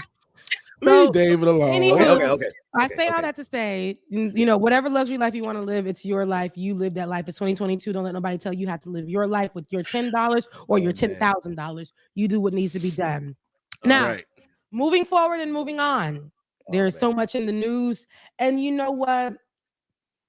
I actually wanted to just follow you guys up, not really go into deep detail because I'm still getting details on these stories, but just follow you guys up with some Haiti news. And before we do that, I know I didn't get a chance first and foremost to say late belated happy Haitian Independence Day to all my Haitians. Yes. It lands on January 1st, so you guys are forced while you celebrating your new year to be reminded of the first Black free republic. We wouldn't have it any other day. That is literally Haiti. Okay, 1804. And I love, we drink soup joumou. We're probably still drinking it today. Soup joumou is our soup that we eat every first of the year. It was a soup that the French it's thinking up the house, but it tastes so good. Yeah, it don't stink up the house, baby. It's pumpkin soup, and it's from the Haitians. We never have food that smells. The Americans told us that, and y'all cook chitlins. But wait. Why'd you go for blood? Wait. Hold on. We're talking about the Haitian Independence Day, so we can move forward with the Haitian story, because I do not want to get caught. You just took my life out of me, Rebecca. But because you said some things that it gave me some triggers. But anywho, no, pumpkin soup does not. Squash She just soup, took my whatever. head off. But French people didn't want us to drink the soup joumou or their soup, so we took it on the first after we done murdered them cold-blooded. So after we done rebelled and murdered them cold-blooded, we took that same thing that they told us that we couldn't eat, and we ate it. That's right. And we remixed it. Oh man. And we call it soup joumou. It's our freedom soup, and we drink it I know you guys do greens, and you guys do black-eyed peas and stuff. Soup joumou is ours. So that's how we bring in you fixed it for me before, and it tastes amazing. It's amazing. So and now after with that being said, Happy New Year to all of you guys. I have to go and find my head. My head is on the floor on the other side of the room because I didn't get a chance to say Happy New Year to you guys. Us Negroes, we really be cooking some chitlins. Happy New Year. Man, I'm gonna go heat up some chitlins in a few minutes. I'm glad that nobody in my family, my mama's side, daddy's side, nobody cooked chitlins, and I've never smelled it. And I'm so grateful. A good food. I heard that. Damn, Nat, I hate chitlins. I ate chitlins once and never again. I'm good. It's real chewy, Rebecca. I got a little tip. I got a little tip of chitlin, and I realized what the hell it was I was eating. I said, "Nah, I'm good, bro." and then they had some, exactly. then they offered me some. I love y'all, and my in-laws gonna put me. I love y'all. Don't put me out the family. But then they offered me some barbecue raccoon. I put it in my mouth. I tasted a little bit of it. Now the barbecue sauce was popping, but I realized that it was ridiculous coon. Barbecue coon. I couldn't eat it. So Rebecca, listen, Rebecca. Now you and I have had conversations. You're right, and I realized that I kind of hit on a trigger, and I wasn't trying to. But God, did you have to take my head off in public and call me out about chitlins when I know there's some chitlins in the refrigerator? Right? It's triggering. It's triggering. I tell you, because we grew up Haitian. That's why everybody used to say, because we used to go to school and try to tuck in the holes in the door because our parents used to be cooking so much damn food, and we would tuck in the holes in the door so we didn't go to school smelling like Haitian food, because they'll be like, "Oh, you smell like a Haitian house," and "Oh, you did." It was like our parents cooked 3 times a day, 3 times a day, 3 different meals, all have heavy seasonings. So we would be like, it was a food. It was a food. It was. Hey, Rebecca. Thank you, Armand. You know where you took me back. Okay, so listen. Let's go, because we're having great conversations, but there is and we could talk more about Haiti from this perspective, but there are updates from a more serious perspective. Forgive me for coming in and just wrecking shop and making this silly, but there are some real serious issues going on with Haiti that you've been covering extensively. So I yield the floor. And so I know that I'll be quiet. It's okay. I know that there's so much going on just in Haiti. I wanted to start first with an update. We're going to start with the update first, David. With the U.S. taking custody of one of the main suspects in the Haitian president Jovenel Moïse's murder, assassination last year. So yesterday, L'Union Suite reported that Mario Antonio Palacios is the main suspect in killing of the Haitian president Jovenel Moïse. He was arrested in Jamaica back in October and was scheduled to fly to his native land, Colombia, earlier this week on Monday. But yesterday morning, authorities have taken custody of the main suspect, Palacios. Interpol notified Palacios during a stopover in Panama that the U.S. government was extraditing him. And that was by General Jorge Luis Vargas, director of Colombia's police. Marlene Rodriguez, a spokeswoman for the U.S. Attorney's Office in South Florida, said that Palacios was in U.S. custody and would appear in federal court on Tuesday. Vargas said that Colombia, Jamaica, and the U.S. were in touch to coordinate the deportation and extradition of Palacios to the U.S. Interpol. He said they had issued a red alert for him on charges including attempted murder, armed robbery, conspiracy based on request from the Haitian government. That's reported by CBS. And the former Haitian Prime Minister, Claude Joseph, he said that the U.S. is taking custody of Palacios was a step in the right direction, but he urged local authorities to work with the U.S. to extradite him so that he can face justice in Haiti. And I think that would be the smartest thing to do for him to go to Haiti and be tried. I think that will also show that Haiti has power when it comes to those kind of things as well. I know a lot of people are dipping their toe, how we do it, head. Everybody been doing that in Haiti's business. But if we allow Haiti to take control and hopefully possibly gain control of the situation, and they move forward and they are at the head of trying him, I think that will show Haiti having some kind of just something. It's been a long time and we haven't been able to really speak for ourselves. What's up? I didn't even see to be here. You see the man down there. Happy New Year, y'all. Happy New Year, brother Pascal. Hey, and also happy Haitian Independence Day. Happy Haitian Independence Day. I have to say real quick. So I made my first batch ever of soup jumu. Really? On Haitian Independence Day. Yeah. And it was fire. Oh, it still is fire, actually, because I still got people coming over and grabbing. You got to take the comments off a man's face. I was like, I couldn't see him. Go ahead. But yeah, about to just creep out from under the lower thirds from the ticker. But yeah, made it just like how my mama makes it and everything. Oh, did you? You think you made it how your mama make it, or did you make it how your mama made it? Oh, I made it exactly how my mama makes it. Okay. So All right. it was fire. Did your mama test it and tell you it was exactly like hers? Exactly like hers. Exactly. Okay. Well, then I can't say nothing about it. I took a whole vat of it, drove all the way over to her, dropped it off, and I was like, "You really transported soup? You transported soup?" Yes, I did. There's these jiggling in the back seat, soup just rocking. There's these new contraptions called Tupperware dough. Oh, okay. Right. Yeah. No, you're right. You're right. You know. You're right. Hey, no, Rebecca, you and me, black. I mean, we black, because we wouldn't even think about Tupperware. We thinking about towels in the back seat with the pot in it. Y'all tripping. I ain't gonna let that go down. God damn it, y'all use Tupperware. Y'all know y'all got Tupperware in your damn house. Because when he said Tupperware, I was reminded what that was. And I got Cool Whip bottle. Yeah. Man, Cool Whip that I the butter. That was our Tupperware. The butter container. The pickle jars. Y'all tripping. Mason jars, bro. Look.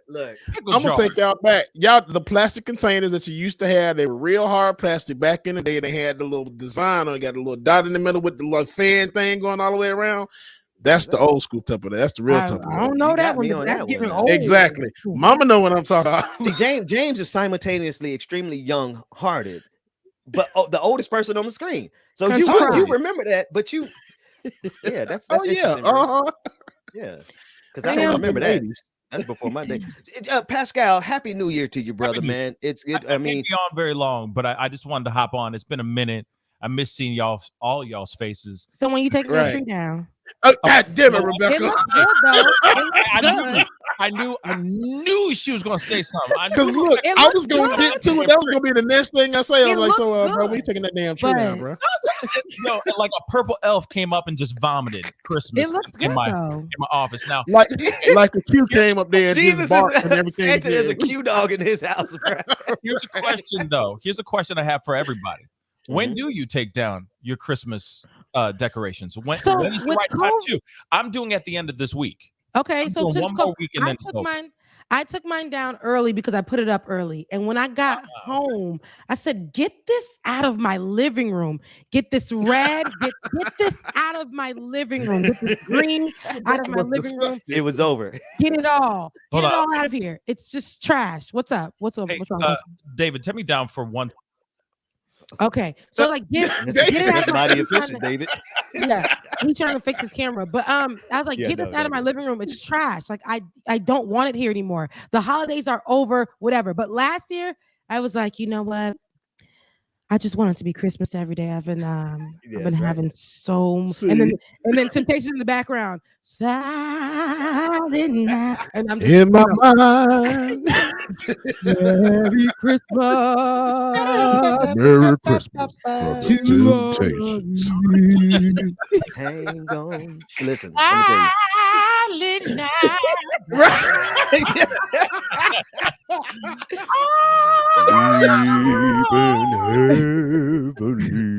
It sounds like a male chorus to me. Sorry, guys. I know that's blasphemy, but I'm not a fan of that Temptations rendition of. Why? What? What's wrong, David? David, drop me in, please. I'm done with the show. David, drop me in, David. David, drop in. Thank you. What?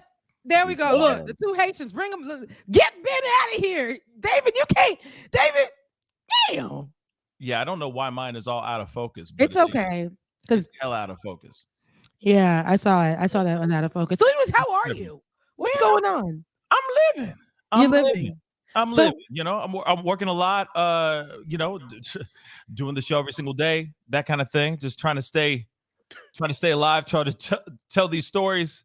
And you actually did a story the other day where you invited, I don't know, but it was like a breaking story with, I think, an update on the people who may have been with or seen Gabrielle Petito. Oh, yeah, yeah. Yeah. Talking about the Sean Paul Schulte and the private investigator Jason Jensen. Mm-hmm. So long story short, Kylan Schulte and Crystal Turner were a married couple that were out and they were found murdered out in Moab, Utah, around the same time that Gabby Petito had disappeared and was murdered as well. So there was a huge speculation that Brian Laundrie went off on some crazy killing spree, killed these two. But it actually shows that there was like their paths did cross at some point. But that's really it. I mean, there's been people thinking that, Brian Laundrie is the one that shot and killed these two women, so on and so forth. But in actual reality, it didn't happen at all. So that actually just got debunked yesterday. Yesterday. So people have been speculating this for months. Right? So I had the father of Kylan Schulte, one of the two that were murdered out in Moab, Utah, and his private investigator, because they're still trying to find out who did this. Who murdered these two and what's going on, right? So they came on to confirm things, to debunk some theories, some conspiracies, all that stuff. So big exclusive. Man, you go grab those interviews, man. You'll talk to anybody, man. I'll be watching you over there doing your thing. I mean, hey, if I could talk to a wall, because this is literally what I'm doing right now. I'm talking to a damn wall. You're trapped in the closet. Trapped in the closet. You know what I mean? We can't sing that part, but I know that it's a box, but it can't sing that. We can't sing it no more. Can't do it no more. Dang, you're right. I can't even sing that no more. And that's so funny. And that's funny. Like, I believe I can. I can't do. And that. my kids be around. Listen, my kids be around the house singing that. No. And I don't even know where they got it from. Damn, I'm not ready. Terrible. And dang, I can't even sing that no more. Okay, you know what? My bad. Shout out to the mute R. Step Kelly in the name crew. of never mind. Yeah, the new R. Kelly shout out crew. to the mute R. Kelly And crew, it's 'cause Christmas. I rock with His them. I'm down with them. Yeah, my bad. Wait, the new R. Kelly crew. Who's the new R. Kelly? No, the mute R. Kelly crew. Shout out to them. Yeah, mute R. Kelly. I rock with them. Sorry for using that. I know it's kind of a gag, but yeah. No, you're right. You're right. We did. We mute R. Kelly over here, but I'm saying that there are moments that you don't even like, because he's written so many songs for so many artists that you don't even know that you're singing a song written by the Kale. It's just too much. But was really written by him because he can't write. Never mind. Well, I'm sorry. I'm an ass. I'm being an ass. He deserves when it. you're right, you're right though. And is he really a great singer? Yes, he can change like 7 different styles, but we're not going to talk about that because mute R. Kelly. We're moving on. Facts. He's really a great singer. Come on, Damn Rebecca, it, 12 play. You come from the church now. I'm just saying. Ben, the way in the church, he would be an average that singer. Man started 12 play, but why are we continuing this conversation? Because I don't want to go. We can't go there. I'm just saying he's not the best singer. I wouldn't choose him for a solo in the church choir. That's all I'm saying. Go ahead, Rebecca. Facts. Yeah. He sounds like a goat. Moving on. I'm sorry. I'm not sorry, but I am sorry. That's all that. You know what? Never mind. Move on. Let's move. The Weeknd is a R&B artist. Did I say what? You say what? Is the same crowd that will say the Weeknd is an R&B artist? No, I think I would say the Weeknd is like some Afro punk, like future stuff. Like I don't think he's an R&B artist. Afro punk. I don't. You know what? I'm not. I don't think he's an R. Before he's an R&B artist, I don't consider him R&B. He's pop. He's winning R&B awards. While R&B singers are in like Jasmine. Well, hell, Sullivan I mean, they consider Drake not. a singer now with the with his new album, all the singing. They putting him in the singing category now. So I don't know. They've just destroyed R&B. If you ask me, Drake needs to stop. Drake needs to stop. Thank you. All up in his feelings. You know what I'm saying? Love girls where I'm from. I just come onto the show and go off. You did. You threw it off the rails because Ben was already doing that. But Jasmine Sullivan is the best to ever do it right now. The best that's doing it right now. Now that's a singer. She is a singer. She's R&B. She's soul. She's everything that we've been missing and more. So if you guys haven't, make sure you definitely plug Jasmine Sullivan's latest project, Hotels. Hotels. It's great. Hotels. What you say, Rebecca? I wanna see. What you say, girl? You wanna do what with it? Okay. That's how you feel in 2021. Hey, you know what? Honestly, Pascal, I know you got to go because your show is coming up in a few minutes. Tell the folks. I want you to tell the folks about what you're going to cover today. But I wanted to say the four of us really should start a little doo-wop group. We could do some harmonies. Yeah. What's going on your show today, Pascal? There you go. In the still of the night, I held you tight, for I love you so.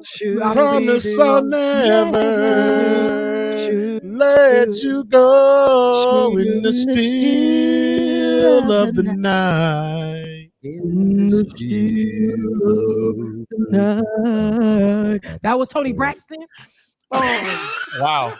And the male chorus and the bass singer from the male chorus at your church. This show just went. Also known as the bass singer for the Temptations.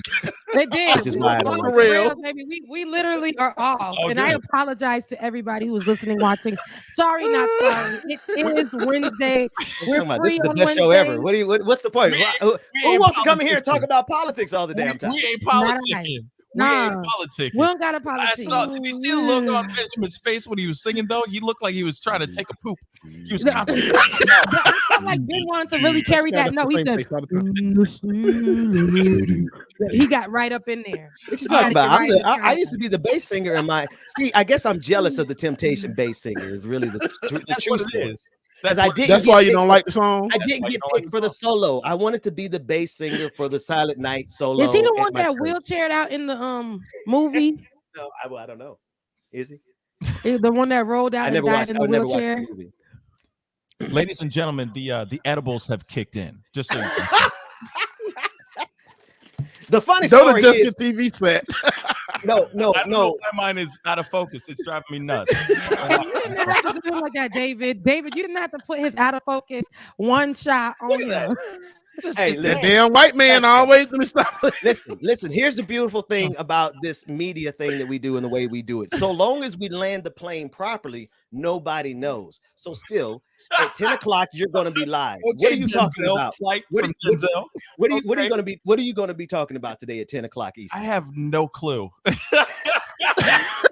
So you know what you should touch on, though? He said he ain't gonna help me pretend to be professional. You know what you should touch on, though, Pascal? You should touch on actually.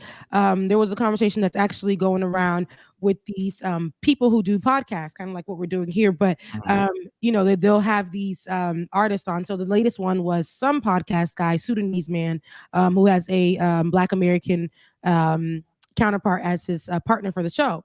And Asian the Brat, who is a female rapper who everybody pretty much knows. But she was on the show recently, and this man kept shushing her the whole time. And you know how crazy she gets. She didn't even get crazy on the show, but she kept shushing her. But then there were other videos that started popping up where he's constantly shushing Black girls. Hey, can y'all be quiet on the side? Side conversation. Who is this? You guys be quiet. It's a podcast, but if you go on to, I believe, like, you know, Baller Alert Shade Room, you'll see that. But the point of this conversation is the fact that before that, they even dug some more, and they found out that he was saying, like, he doesn't do dark. He doesn't date in the dark. Pascal, you covered it. Slim and fit, if I'm not mistaken. I just saw it on Shade Room this morning. Yeah. Slim and fit. Yeah. If I'm not mistaken, remember, I think when I came on, you were talking about that was the one the guys came in and they were trying to rob them while they were on camera doing the show. Yeah. Well, you know what? Well, in those spaces, though, but I'll say this: in those spaces, those two people, but people who have those podcast spaces, right? They don't. And she started to say, "Hey, I have a Instagram. I have, you know, whatever." He told her, "Hey, don't come on here. You came late. Then you started talking on my show. Now you come on here and you're trying to promote yourself. I know we only have 6,000 people right now, but we get up to 2 million. So you come on promoting yourself." Wait, what's the name of his show again? Fresh and Fit. You talking about Fresh and Fit? Yeah. And they started some ish again. Yes, they really did. It's with dark-skinned girls, particularly Black women. It's with all women, but particularly Black women that come on that show. But Rebecca, yes, you said he did this to the Brat. Yeah, Asian. No, not the Brat. Asian the Brat. Her name is Asian the Brat. Oh, because you saw Asian doll. You mean Asian doll. Asian doll. Yeah, Asian doll. Yeah. When you said Brat, every one of our heads did the same thing. We were like, Yeah, but that's her name on Instagram. That's her name on Instagram because she compares herself to a brat doll. But I say that to say there are these platforms like this with a lot of Black women sitting at the table or being invited to the table and being disrespected daily by men who are misogynistic and are okay with discussing and saying that it's a preference. A preference would be, I like my woman small, short, whatever, But when you're actually saying, I don't date in the dark, I don't date darkies, I don't do Black women, I don't do. Bad.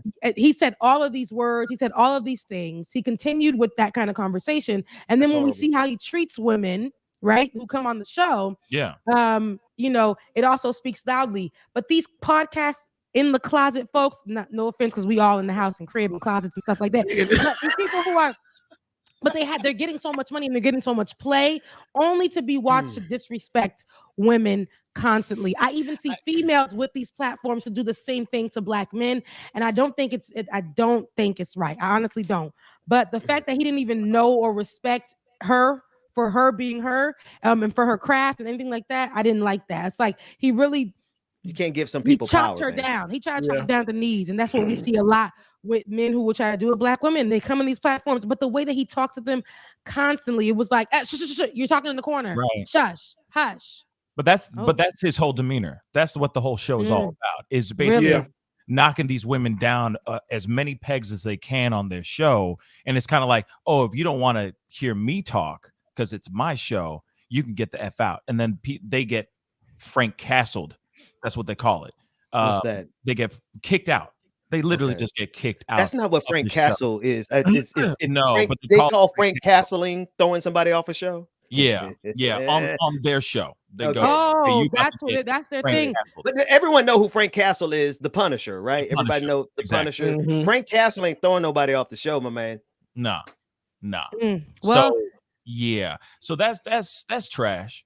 Real talk, that's trash. And I don't even know who we talking about. So who's the main character in this? Yeah, I need to see this. I need to see this video. But don't see the video because it's time. I just sent it to your IG, Pascal. I just sent it to you. It's the videos that are transpiring. It's the videos that came up because social media, they'll dig and they'll find other stuff and they'll put the stuff together and make a whole documentary. So now it basically it shows Asian doll. How right. Coming up at 5, Asian doll on whatever that show is called. Fresh and Fit. Being disrespected. Are Black women disrespected in the space of podcasts by Black men? Straight ahead. Well, I can tell you this much. Working on that. Now too. You know what I'm saying? Rebecca, you and I know, all of us know that if you decide to disrespect Black women, you skyrocket to the top of this game as a Black person. Facts. Let me say this, and hopefully it's okay for me to say this on your show, Mr. Dixon, Mr. Benjamin. First off, you went on the thing about talking about 10 packs and stuff yesterday. Oh, not mine. I have a negative 5-pack. I know. So you got a picture you about to drop? Yeah. You got a picture? No. Y'all let the man finish. I'm a work in progress. Let me just say that. But at the same time, hopefully I'm okay. It's okay for me to say this, but what's frustrating about things like bringing in the Black narrative, talking about the culture, all that stuff, talking about things that are going on in the world, talking about the injustices that do go on throughout the entire world when it comes to people of color.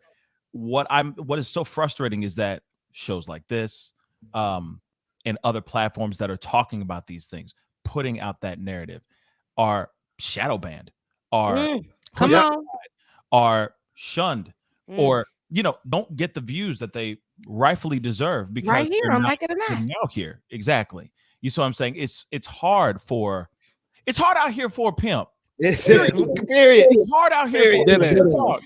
And it's so frustrating because you want to put out the word, you want to talk about what's going on in the world. You could have started with that, by the way. You would have been comfortable. This is a good enough show. You could say it's hard out here for a pimp on the Benjamin Dixon Morning Show, and like it or not, for real. Out here for a pimp. It's hard. You ain't known. Okay, can't the rest of that line, but you know what I'm saying. It's very frustrating when you want to talk about things that are going on in the world. You know what I'm saying. You want to talk about things when somebody says, like for example, the judge that said the N-word on that leaked video.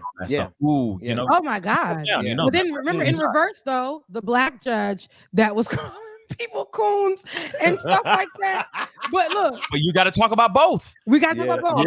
You got to talk about both, right? It can't just be one side, right? It can't. What's frustrating is that when you want to talk about those things, unless the people, right?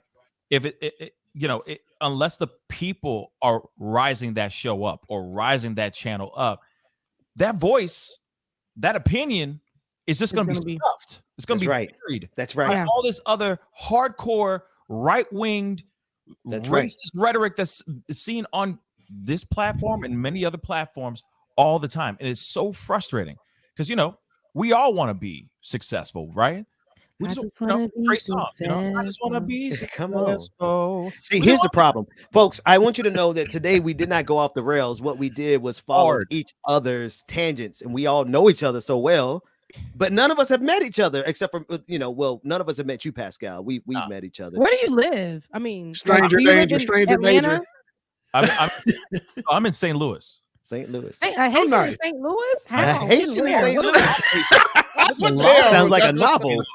Sounds like a damn novel. There's a lot of Haitians. Is there a Haitian restaurant? A lot of Haitians in St. Louis. No. So there's not enough to make a Haitian restaurant. I'm gonna be real. That might be me. I'm gonna be real. Yeah.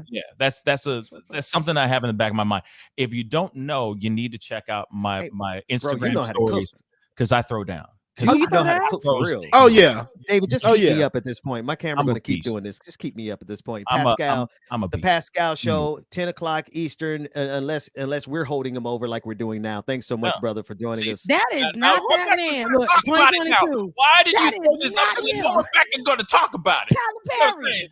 Hey, Pascal, I'm gonna be honest with you. Rebecca was looking out for you. That's all. She's looking out for you. Because we see your videos. We see you be in the gym throwing them bricks around. Go get one of them shots. I'm putting in some work. Okay. I see I'm also thinking, like, for me, I said, okay, this year, 2022 is about treating myself. Take care of B-roll that shot so we can roast him on his way out, David. No, go ahead, Pascal. Shut up.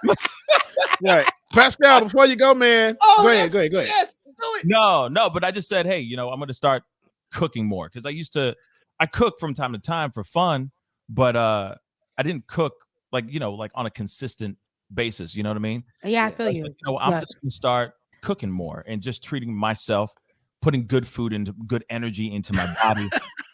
You know what I mean? Pascal, working I out. want to. Best one is the deep fake. We're gonna have a battle of the bald-headed bakers. Well, you and me, we're not bakers because I definitely don't bake. I don't bake. Yeah, I don't bake. But I'm about to say I'm the baker of the screen. Well, there you go. I mean, I do it all because I went to culinary school, so it's whatever. Yeah, look, y'all even included me, but I like that because don't include the women because it's like whatever. But I just got into the kitchen yesterday. Rebecca, we know you can't cook. Rebecca made. Listen, the first time I ever had soup jumu was from Rebecca, and it was good. It was off the chain. I cooked. Wait. So how do you make it? I got time. I got time today. Or actual squash. It was just good. Tough. Are you pureeing the squash and all that? Or are you making it soupy? Yeah, I needed to have a little bit more thickness. So when you actually have the pumpkin and the squash, some people it's glow. Some people it's just full, and I'm like, dang, just call it bouillon at this point. Yeah, it's bouillon. Thank you. Yeah, it's got to be thicker than a Snicker. You gotta have some. You know what I'm saying? So it's like any meat or anything in it, or is it just like the pureed pumpkin and squash? So it's not pumpkin. It's butternut squash. Mm-hmm. Okay. The thing is yes, there is meat in there. Or you could put meat, you could put chicken, whatever you want. But mainly you put a fish in there, didn't you, Rebecca? No. What was that? What is that fish dish that you made one time? That's the dish that you didn't make.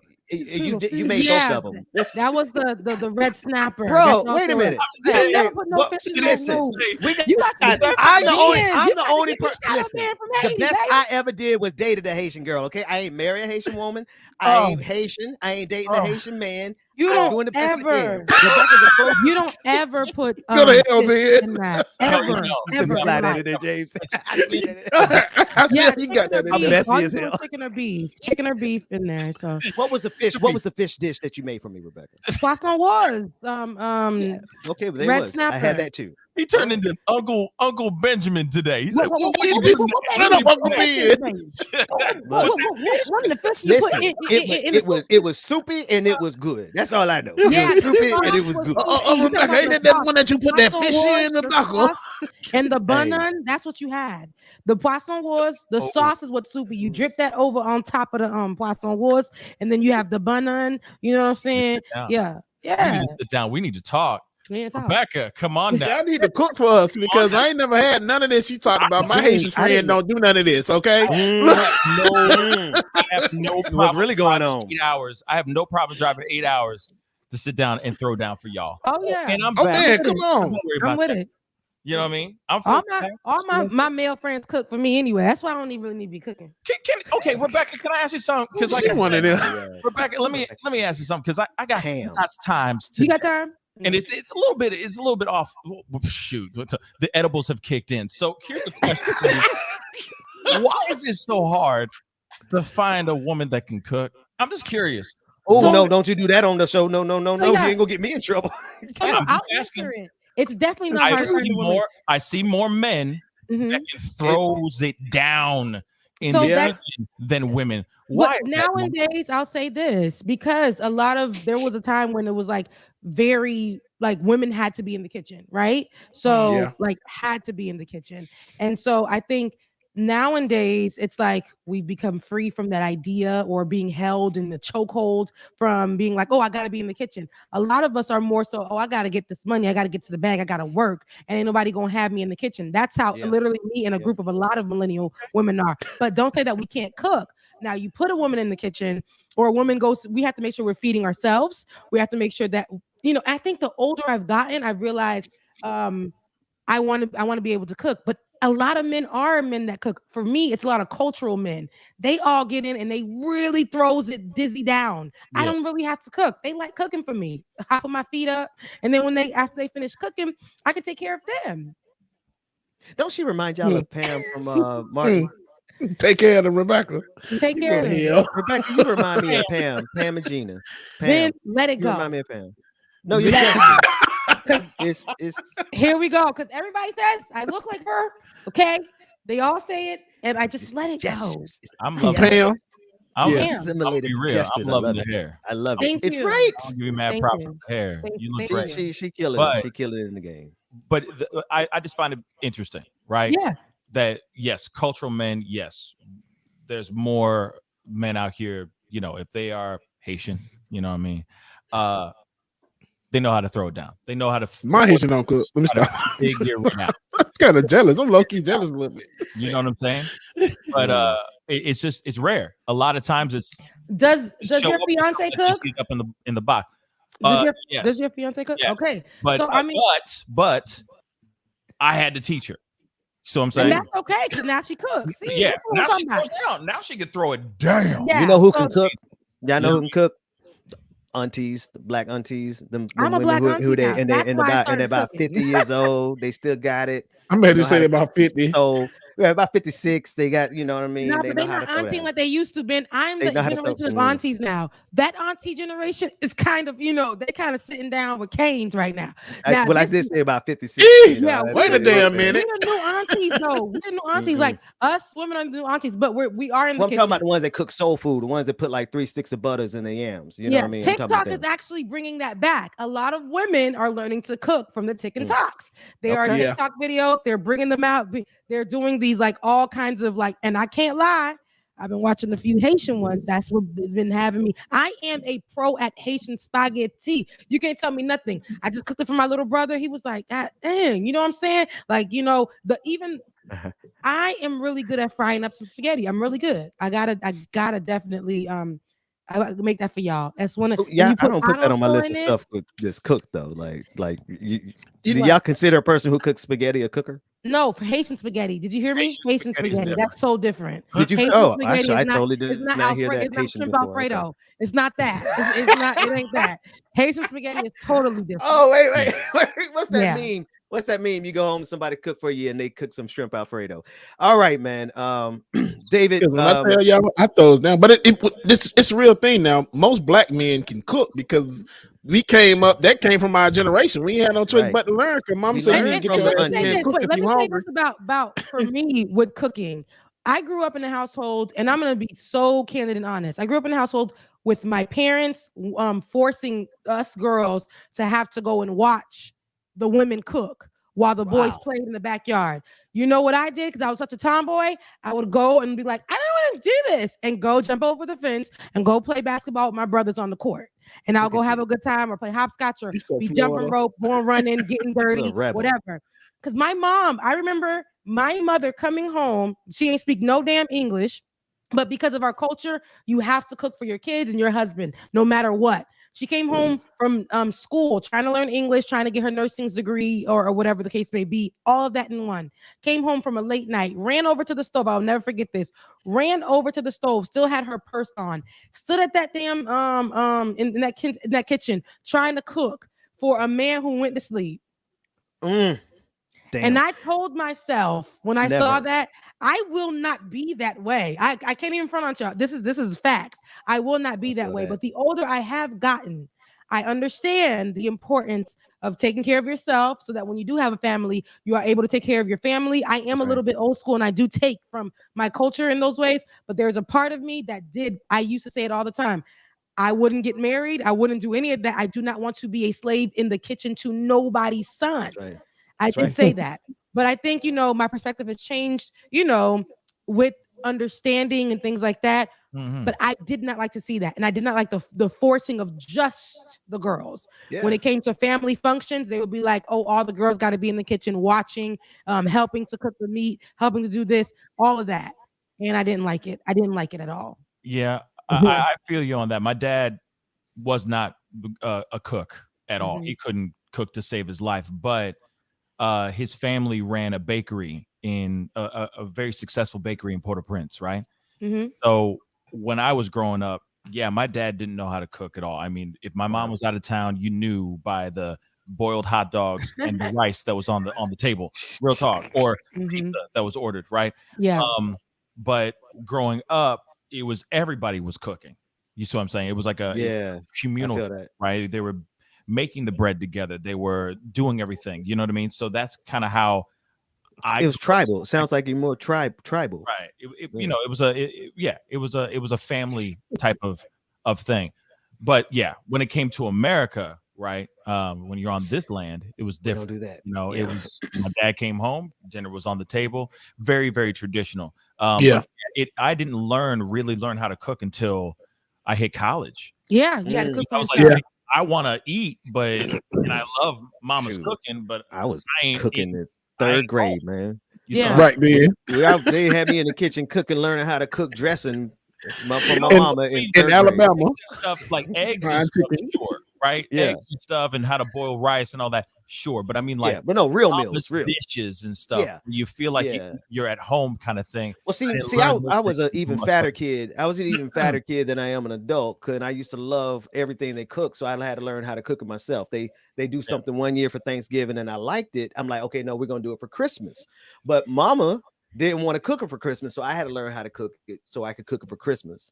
And then that's, so that's how we did it in our house. We just, if we wanted to eat it, we had to cook it ourselves. I want to address somebody in the chat, and shout out to Mara. What's up? Love you, mean it. I saw Mara's comment. Shout out to her too. But honestly, I just say this because I know everybody here is where I say we all grew up the same but different, right? And we grew up Black, but I grew up in a Haitian household. How we know Spanish people who grew up in a Spanish household, it's different in your house. When you step outside the door, you American. When you walk in that house, you're Haitian. So, but anywho, one person in the chat was explaining how why the pioneer. He says, problem is, not to be offensive, so many Latina and Asian women seem to not mind cooking and doing these things for their community. Why do so many Afro-American women resist it? So I'll say this. I'll say this. If you didn't hear what I just said and my truth, it's not that, if I were still raised like in Haiti and being raised in Haiti, that's something that would come naturally to me. But when I came here to America, I realized, hey, just because I have a vagina does not mean that I need to be forced into this way of living. While the men are doing some, just chilling or whatever the case may be, feet up. My brothers weren't even bringing any money in the house yet.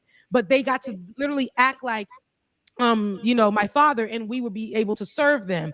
I'm not doing that for anybody's son, especially BD had son that don't do nothing for me. It has to be something, you know what I'm saying? My dad was bringing in money in the house and said, those kind of things. So of course, whatever. And they even taught me as a child, make sure you bring your dad the plate, like, treat him like a king. I have no problem treating somebody like a king. Don't get me wrong. That's one of the things that I've taken from my culture. But it is being treated like a slave. Did you not hear me? My mother was learning English, going to school from morning to nighttime. My dad could have, he learned how to order pizza later, because at first he was just waiting for her to bring the food home, get home and cook. Jeez. My mom was coming home at 11 p.m., 11:30, rushing over to the stove, still had her purse on, to cook us food. Daddy already went to sleep. Do you understand? That is not the life that I wanted to be taught how to live and things like that. So I did take from it. When I got older, I understood that at that point in time, when I got older, okay, Rebecca,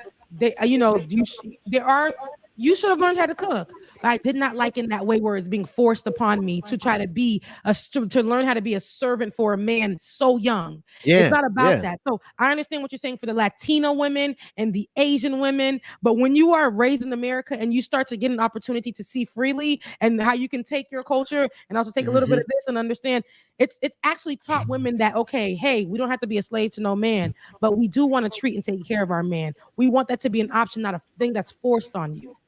Amen. Amen. Right. Church said amen. Church said amen. People don't realize like the way we grew up and came up is much different now than what it was, and because that's how a lot of people were brought up. It was just like, wife is the one that takes care of the house, does everything, cooking and cleaning. It's not that way anymore. Not that way anymore. No. Pascal, go ahead, Pascal. No. I was just gonna say, I mean, it is a different world now, right? Back in the day, there was traditions that were obviously we shook ourselves out of those foundations of traditions. You know what I mean? Given the fact that, I mean, there's so many different things that are happening now, and different traditions that have been, I guess, changed, if that makes any sense, or altered, right? So when it comes to something like this, where, what most, like me asking that question of like, why are there less women cooking than ever before? It's just an observation for myself, but also at the same time, it's a realization that, I mean, things are changing. The world is changing. And and it's funny because when you get to this age, like I said, I still take from my culture. That's why I say I want to take care of my man. I want to be able to get in the kitchen for him, even if he's in the kitchen for me 98% of the time. 2% of that time, I want to make sure that if he says, baby, I'm hungry, Rebecca can get in the kitchen and make sure she throws it down for her man. Okay. And make sure my kids are taken care of. Yes, I still want to do dinners in beautiful, expensive places. Yes, I want to, have brunch, lunch, or whatever. But I do want to make sure if he says he's hungry, my husband to be, if he says something, I can throw down for him as his woman. I want to make sure I can take care of my children as their mother. Yes, there are those kind of things I still have in mind, but I'm not going to sit there and say, because I have a coochie, that I'm going to be doing that for, just automatically doing that. Come on. You understand what I'm saying? Yeah, that's it has to be like real. That's real, B. That's real. So a man can't say, make me a sandwich? Hell no. Okay. You think I'm gonna ask my wife to go make me a sandwich? Do you think any of the Benjamin Dixon morning show would exist if I got up in one morning and say, hey babe, go in there and make me some coffee? In the arms of an angel. What that mean? This is like, hey baby, go make me some coffee, and the next thing you in the background in the clouds. Yes, bro. I am making it a habit of taking breakfast to my wife, and it's not about showing off. I realized in a very selfish fashion, really, it's just, I'm gonna be egotistical, right? I'm not gonna say I'm a good person. I realized the more I right there. Oh, that should be a shirt. That should be on a shirt. Now we pop a lock and crack a lacking and we making moves, even though I'm trapped in the closet. When it's 50-50, we can't do that. Remember, Ben, when it's 50-50, it's like everything works out good. It's just like, oh, okay. But cool. Let me ask you something, though. Like, what are you making her for dinner, for breakfast, though? You like pulling out the Eggos and just throwing in the toaster. Wait a minute. Like this is why the eggs and stuff. Making Pascal, this man be up at 3 a.m. doing shit. Pascal. Pascal, So you be having time. I'm out communing with the universe and doing yoga at 3 a.m. literally. So by the time breakfast comes around, I've already had a full menu time to do it all. So I mean, I'll do shrimp and grits for breakfast. I'll do salmon croquettes and grits for breakfast. I'll do salmon with the white wine sauce for lunch, just because it's Tuesday. You lying, big head mother. No, you want salmon. Salmon is beautiful. You got to get the good salmon though. Don't go get the bagged up salmon, even though I do get that salmon too on a good day. But go to the Publix and say, can you cut me a slab or 3 slabs of salmon? And it's rich in color. Oh God, it's so rich in color. And you take it home and you look at it and you're like, wow, I'm gonna cook you up. And depending on how you want to cook it, so if you want to bake it, put it on let it sear on the pan. Get out of here. I'm not paying you guys. Tiger make quesadillas for breakfast? Yeah. Something nice, but there's something about salmon. People want to sleep on salmon and be like, yeah, salmon ain't even hitting on nothing. No, salmon is good. Right? And I've done like some salmon bites with mashed potatoes. I've done for like 2 or 3 parties now. And when I tell you it'd be a hit, man. Hey, the best macaroni and cheese. No joke, no cap. The best macaroni and cheese I've ever had is not from a black woman. It's from a black brother down in Daytona Beach. He makes the best macaroni and cheese in the country. And I'm going to mess y'all up. The best example I have ever seen of what a black man should be, lie not to you, Mildred Hay in Florida, a black woman. I looked at her and I said, you know what? How she handles herself, how she handles herself in public, how she handles meetings, how she tells the truth when nobody else wants to tell the truth. She would stand up and tell the truth when nobody else wanted to. I said, that's who I want to be like.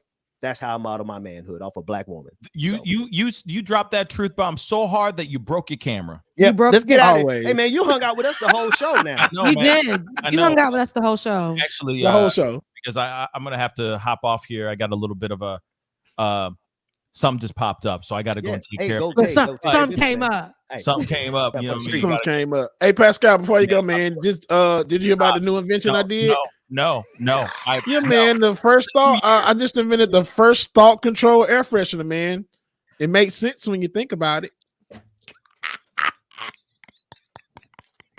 Happy New Year. Like Family Guy. And Sin. Hey.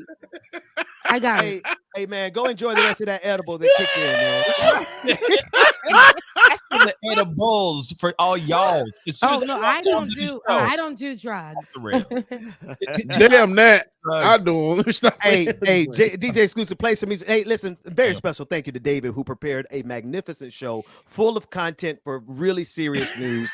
Honest to goodness, and I just came in here and messed up everything. But we love you, David. Thank you, man. Right. Play some music. Can we hear him?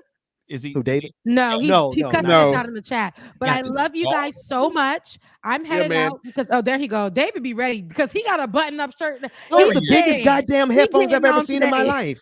Man, what kind of big? God damn! Giving me Princess Leia ear muffins. David, we can't hear you.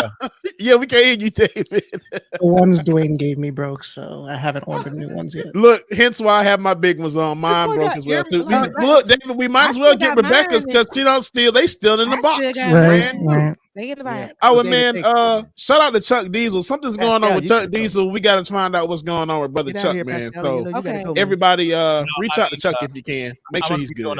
I'm gonna be doing a later show today. Just bounce out, man. If everything's okay, let us know. We can do anything, man.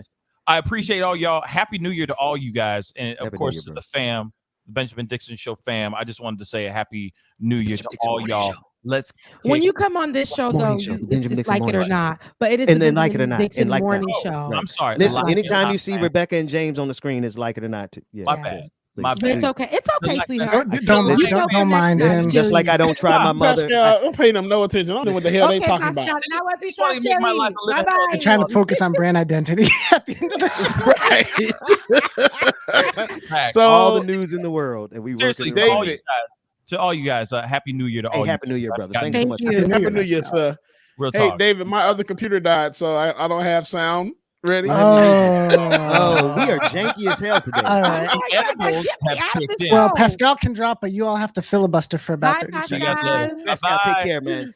We are janky as hell today. But I oh my God, Pascal's trying to get out of here.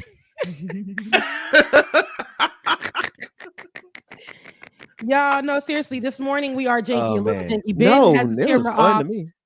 You know, I don't know what's going on with Bubba. He's scooting over to the. Is that the bed? He's scooting over to the couch. No, that's the couch. That's the couch. That's the couch. Okay. And then Pascal had to go. He was his focus was out. It seems to be me that's only on point today. And so since I am here, and David pops in. David, I was about to say, you're the only one, huh? What? Yeah, go ahead, David. David camera looked like he broadcasting from the 90s, man. What's up with your camera? You bought the laptop. Ooh.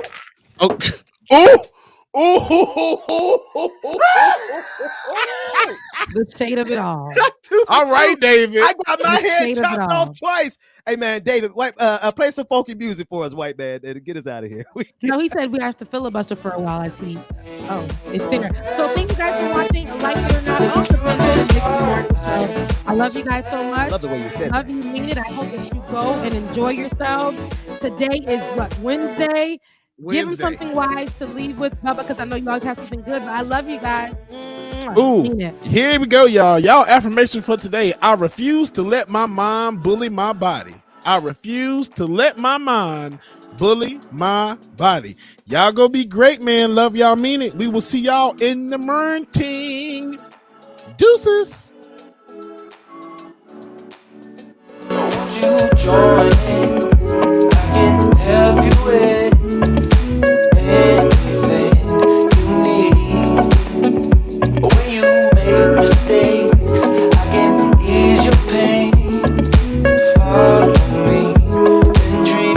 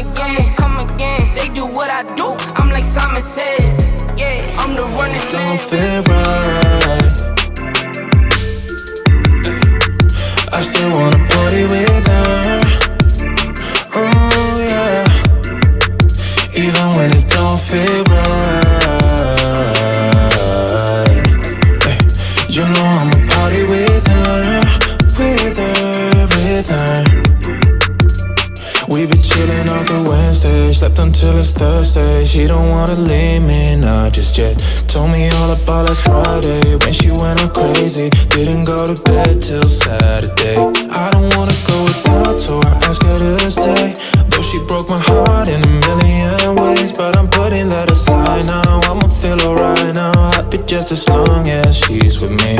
I've been trying my luck every day of the week, yeah. With my baby, what's up? Always down, never weak.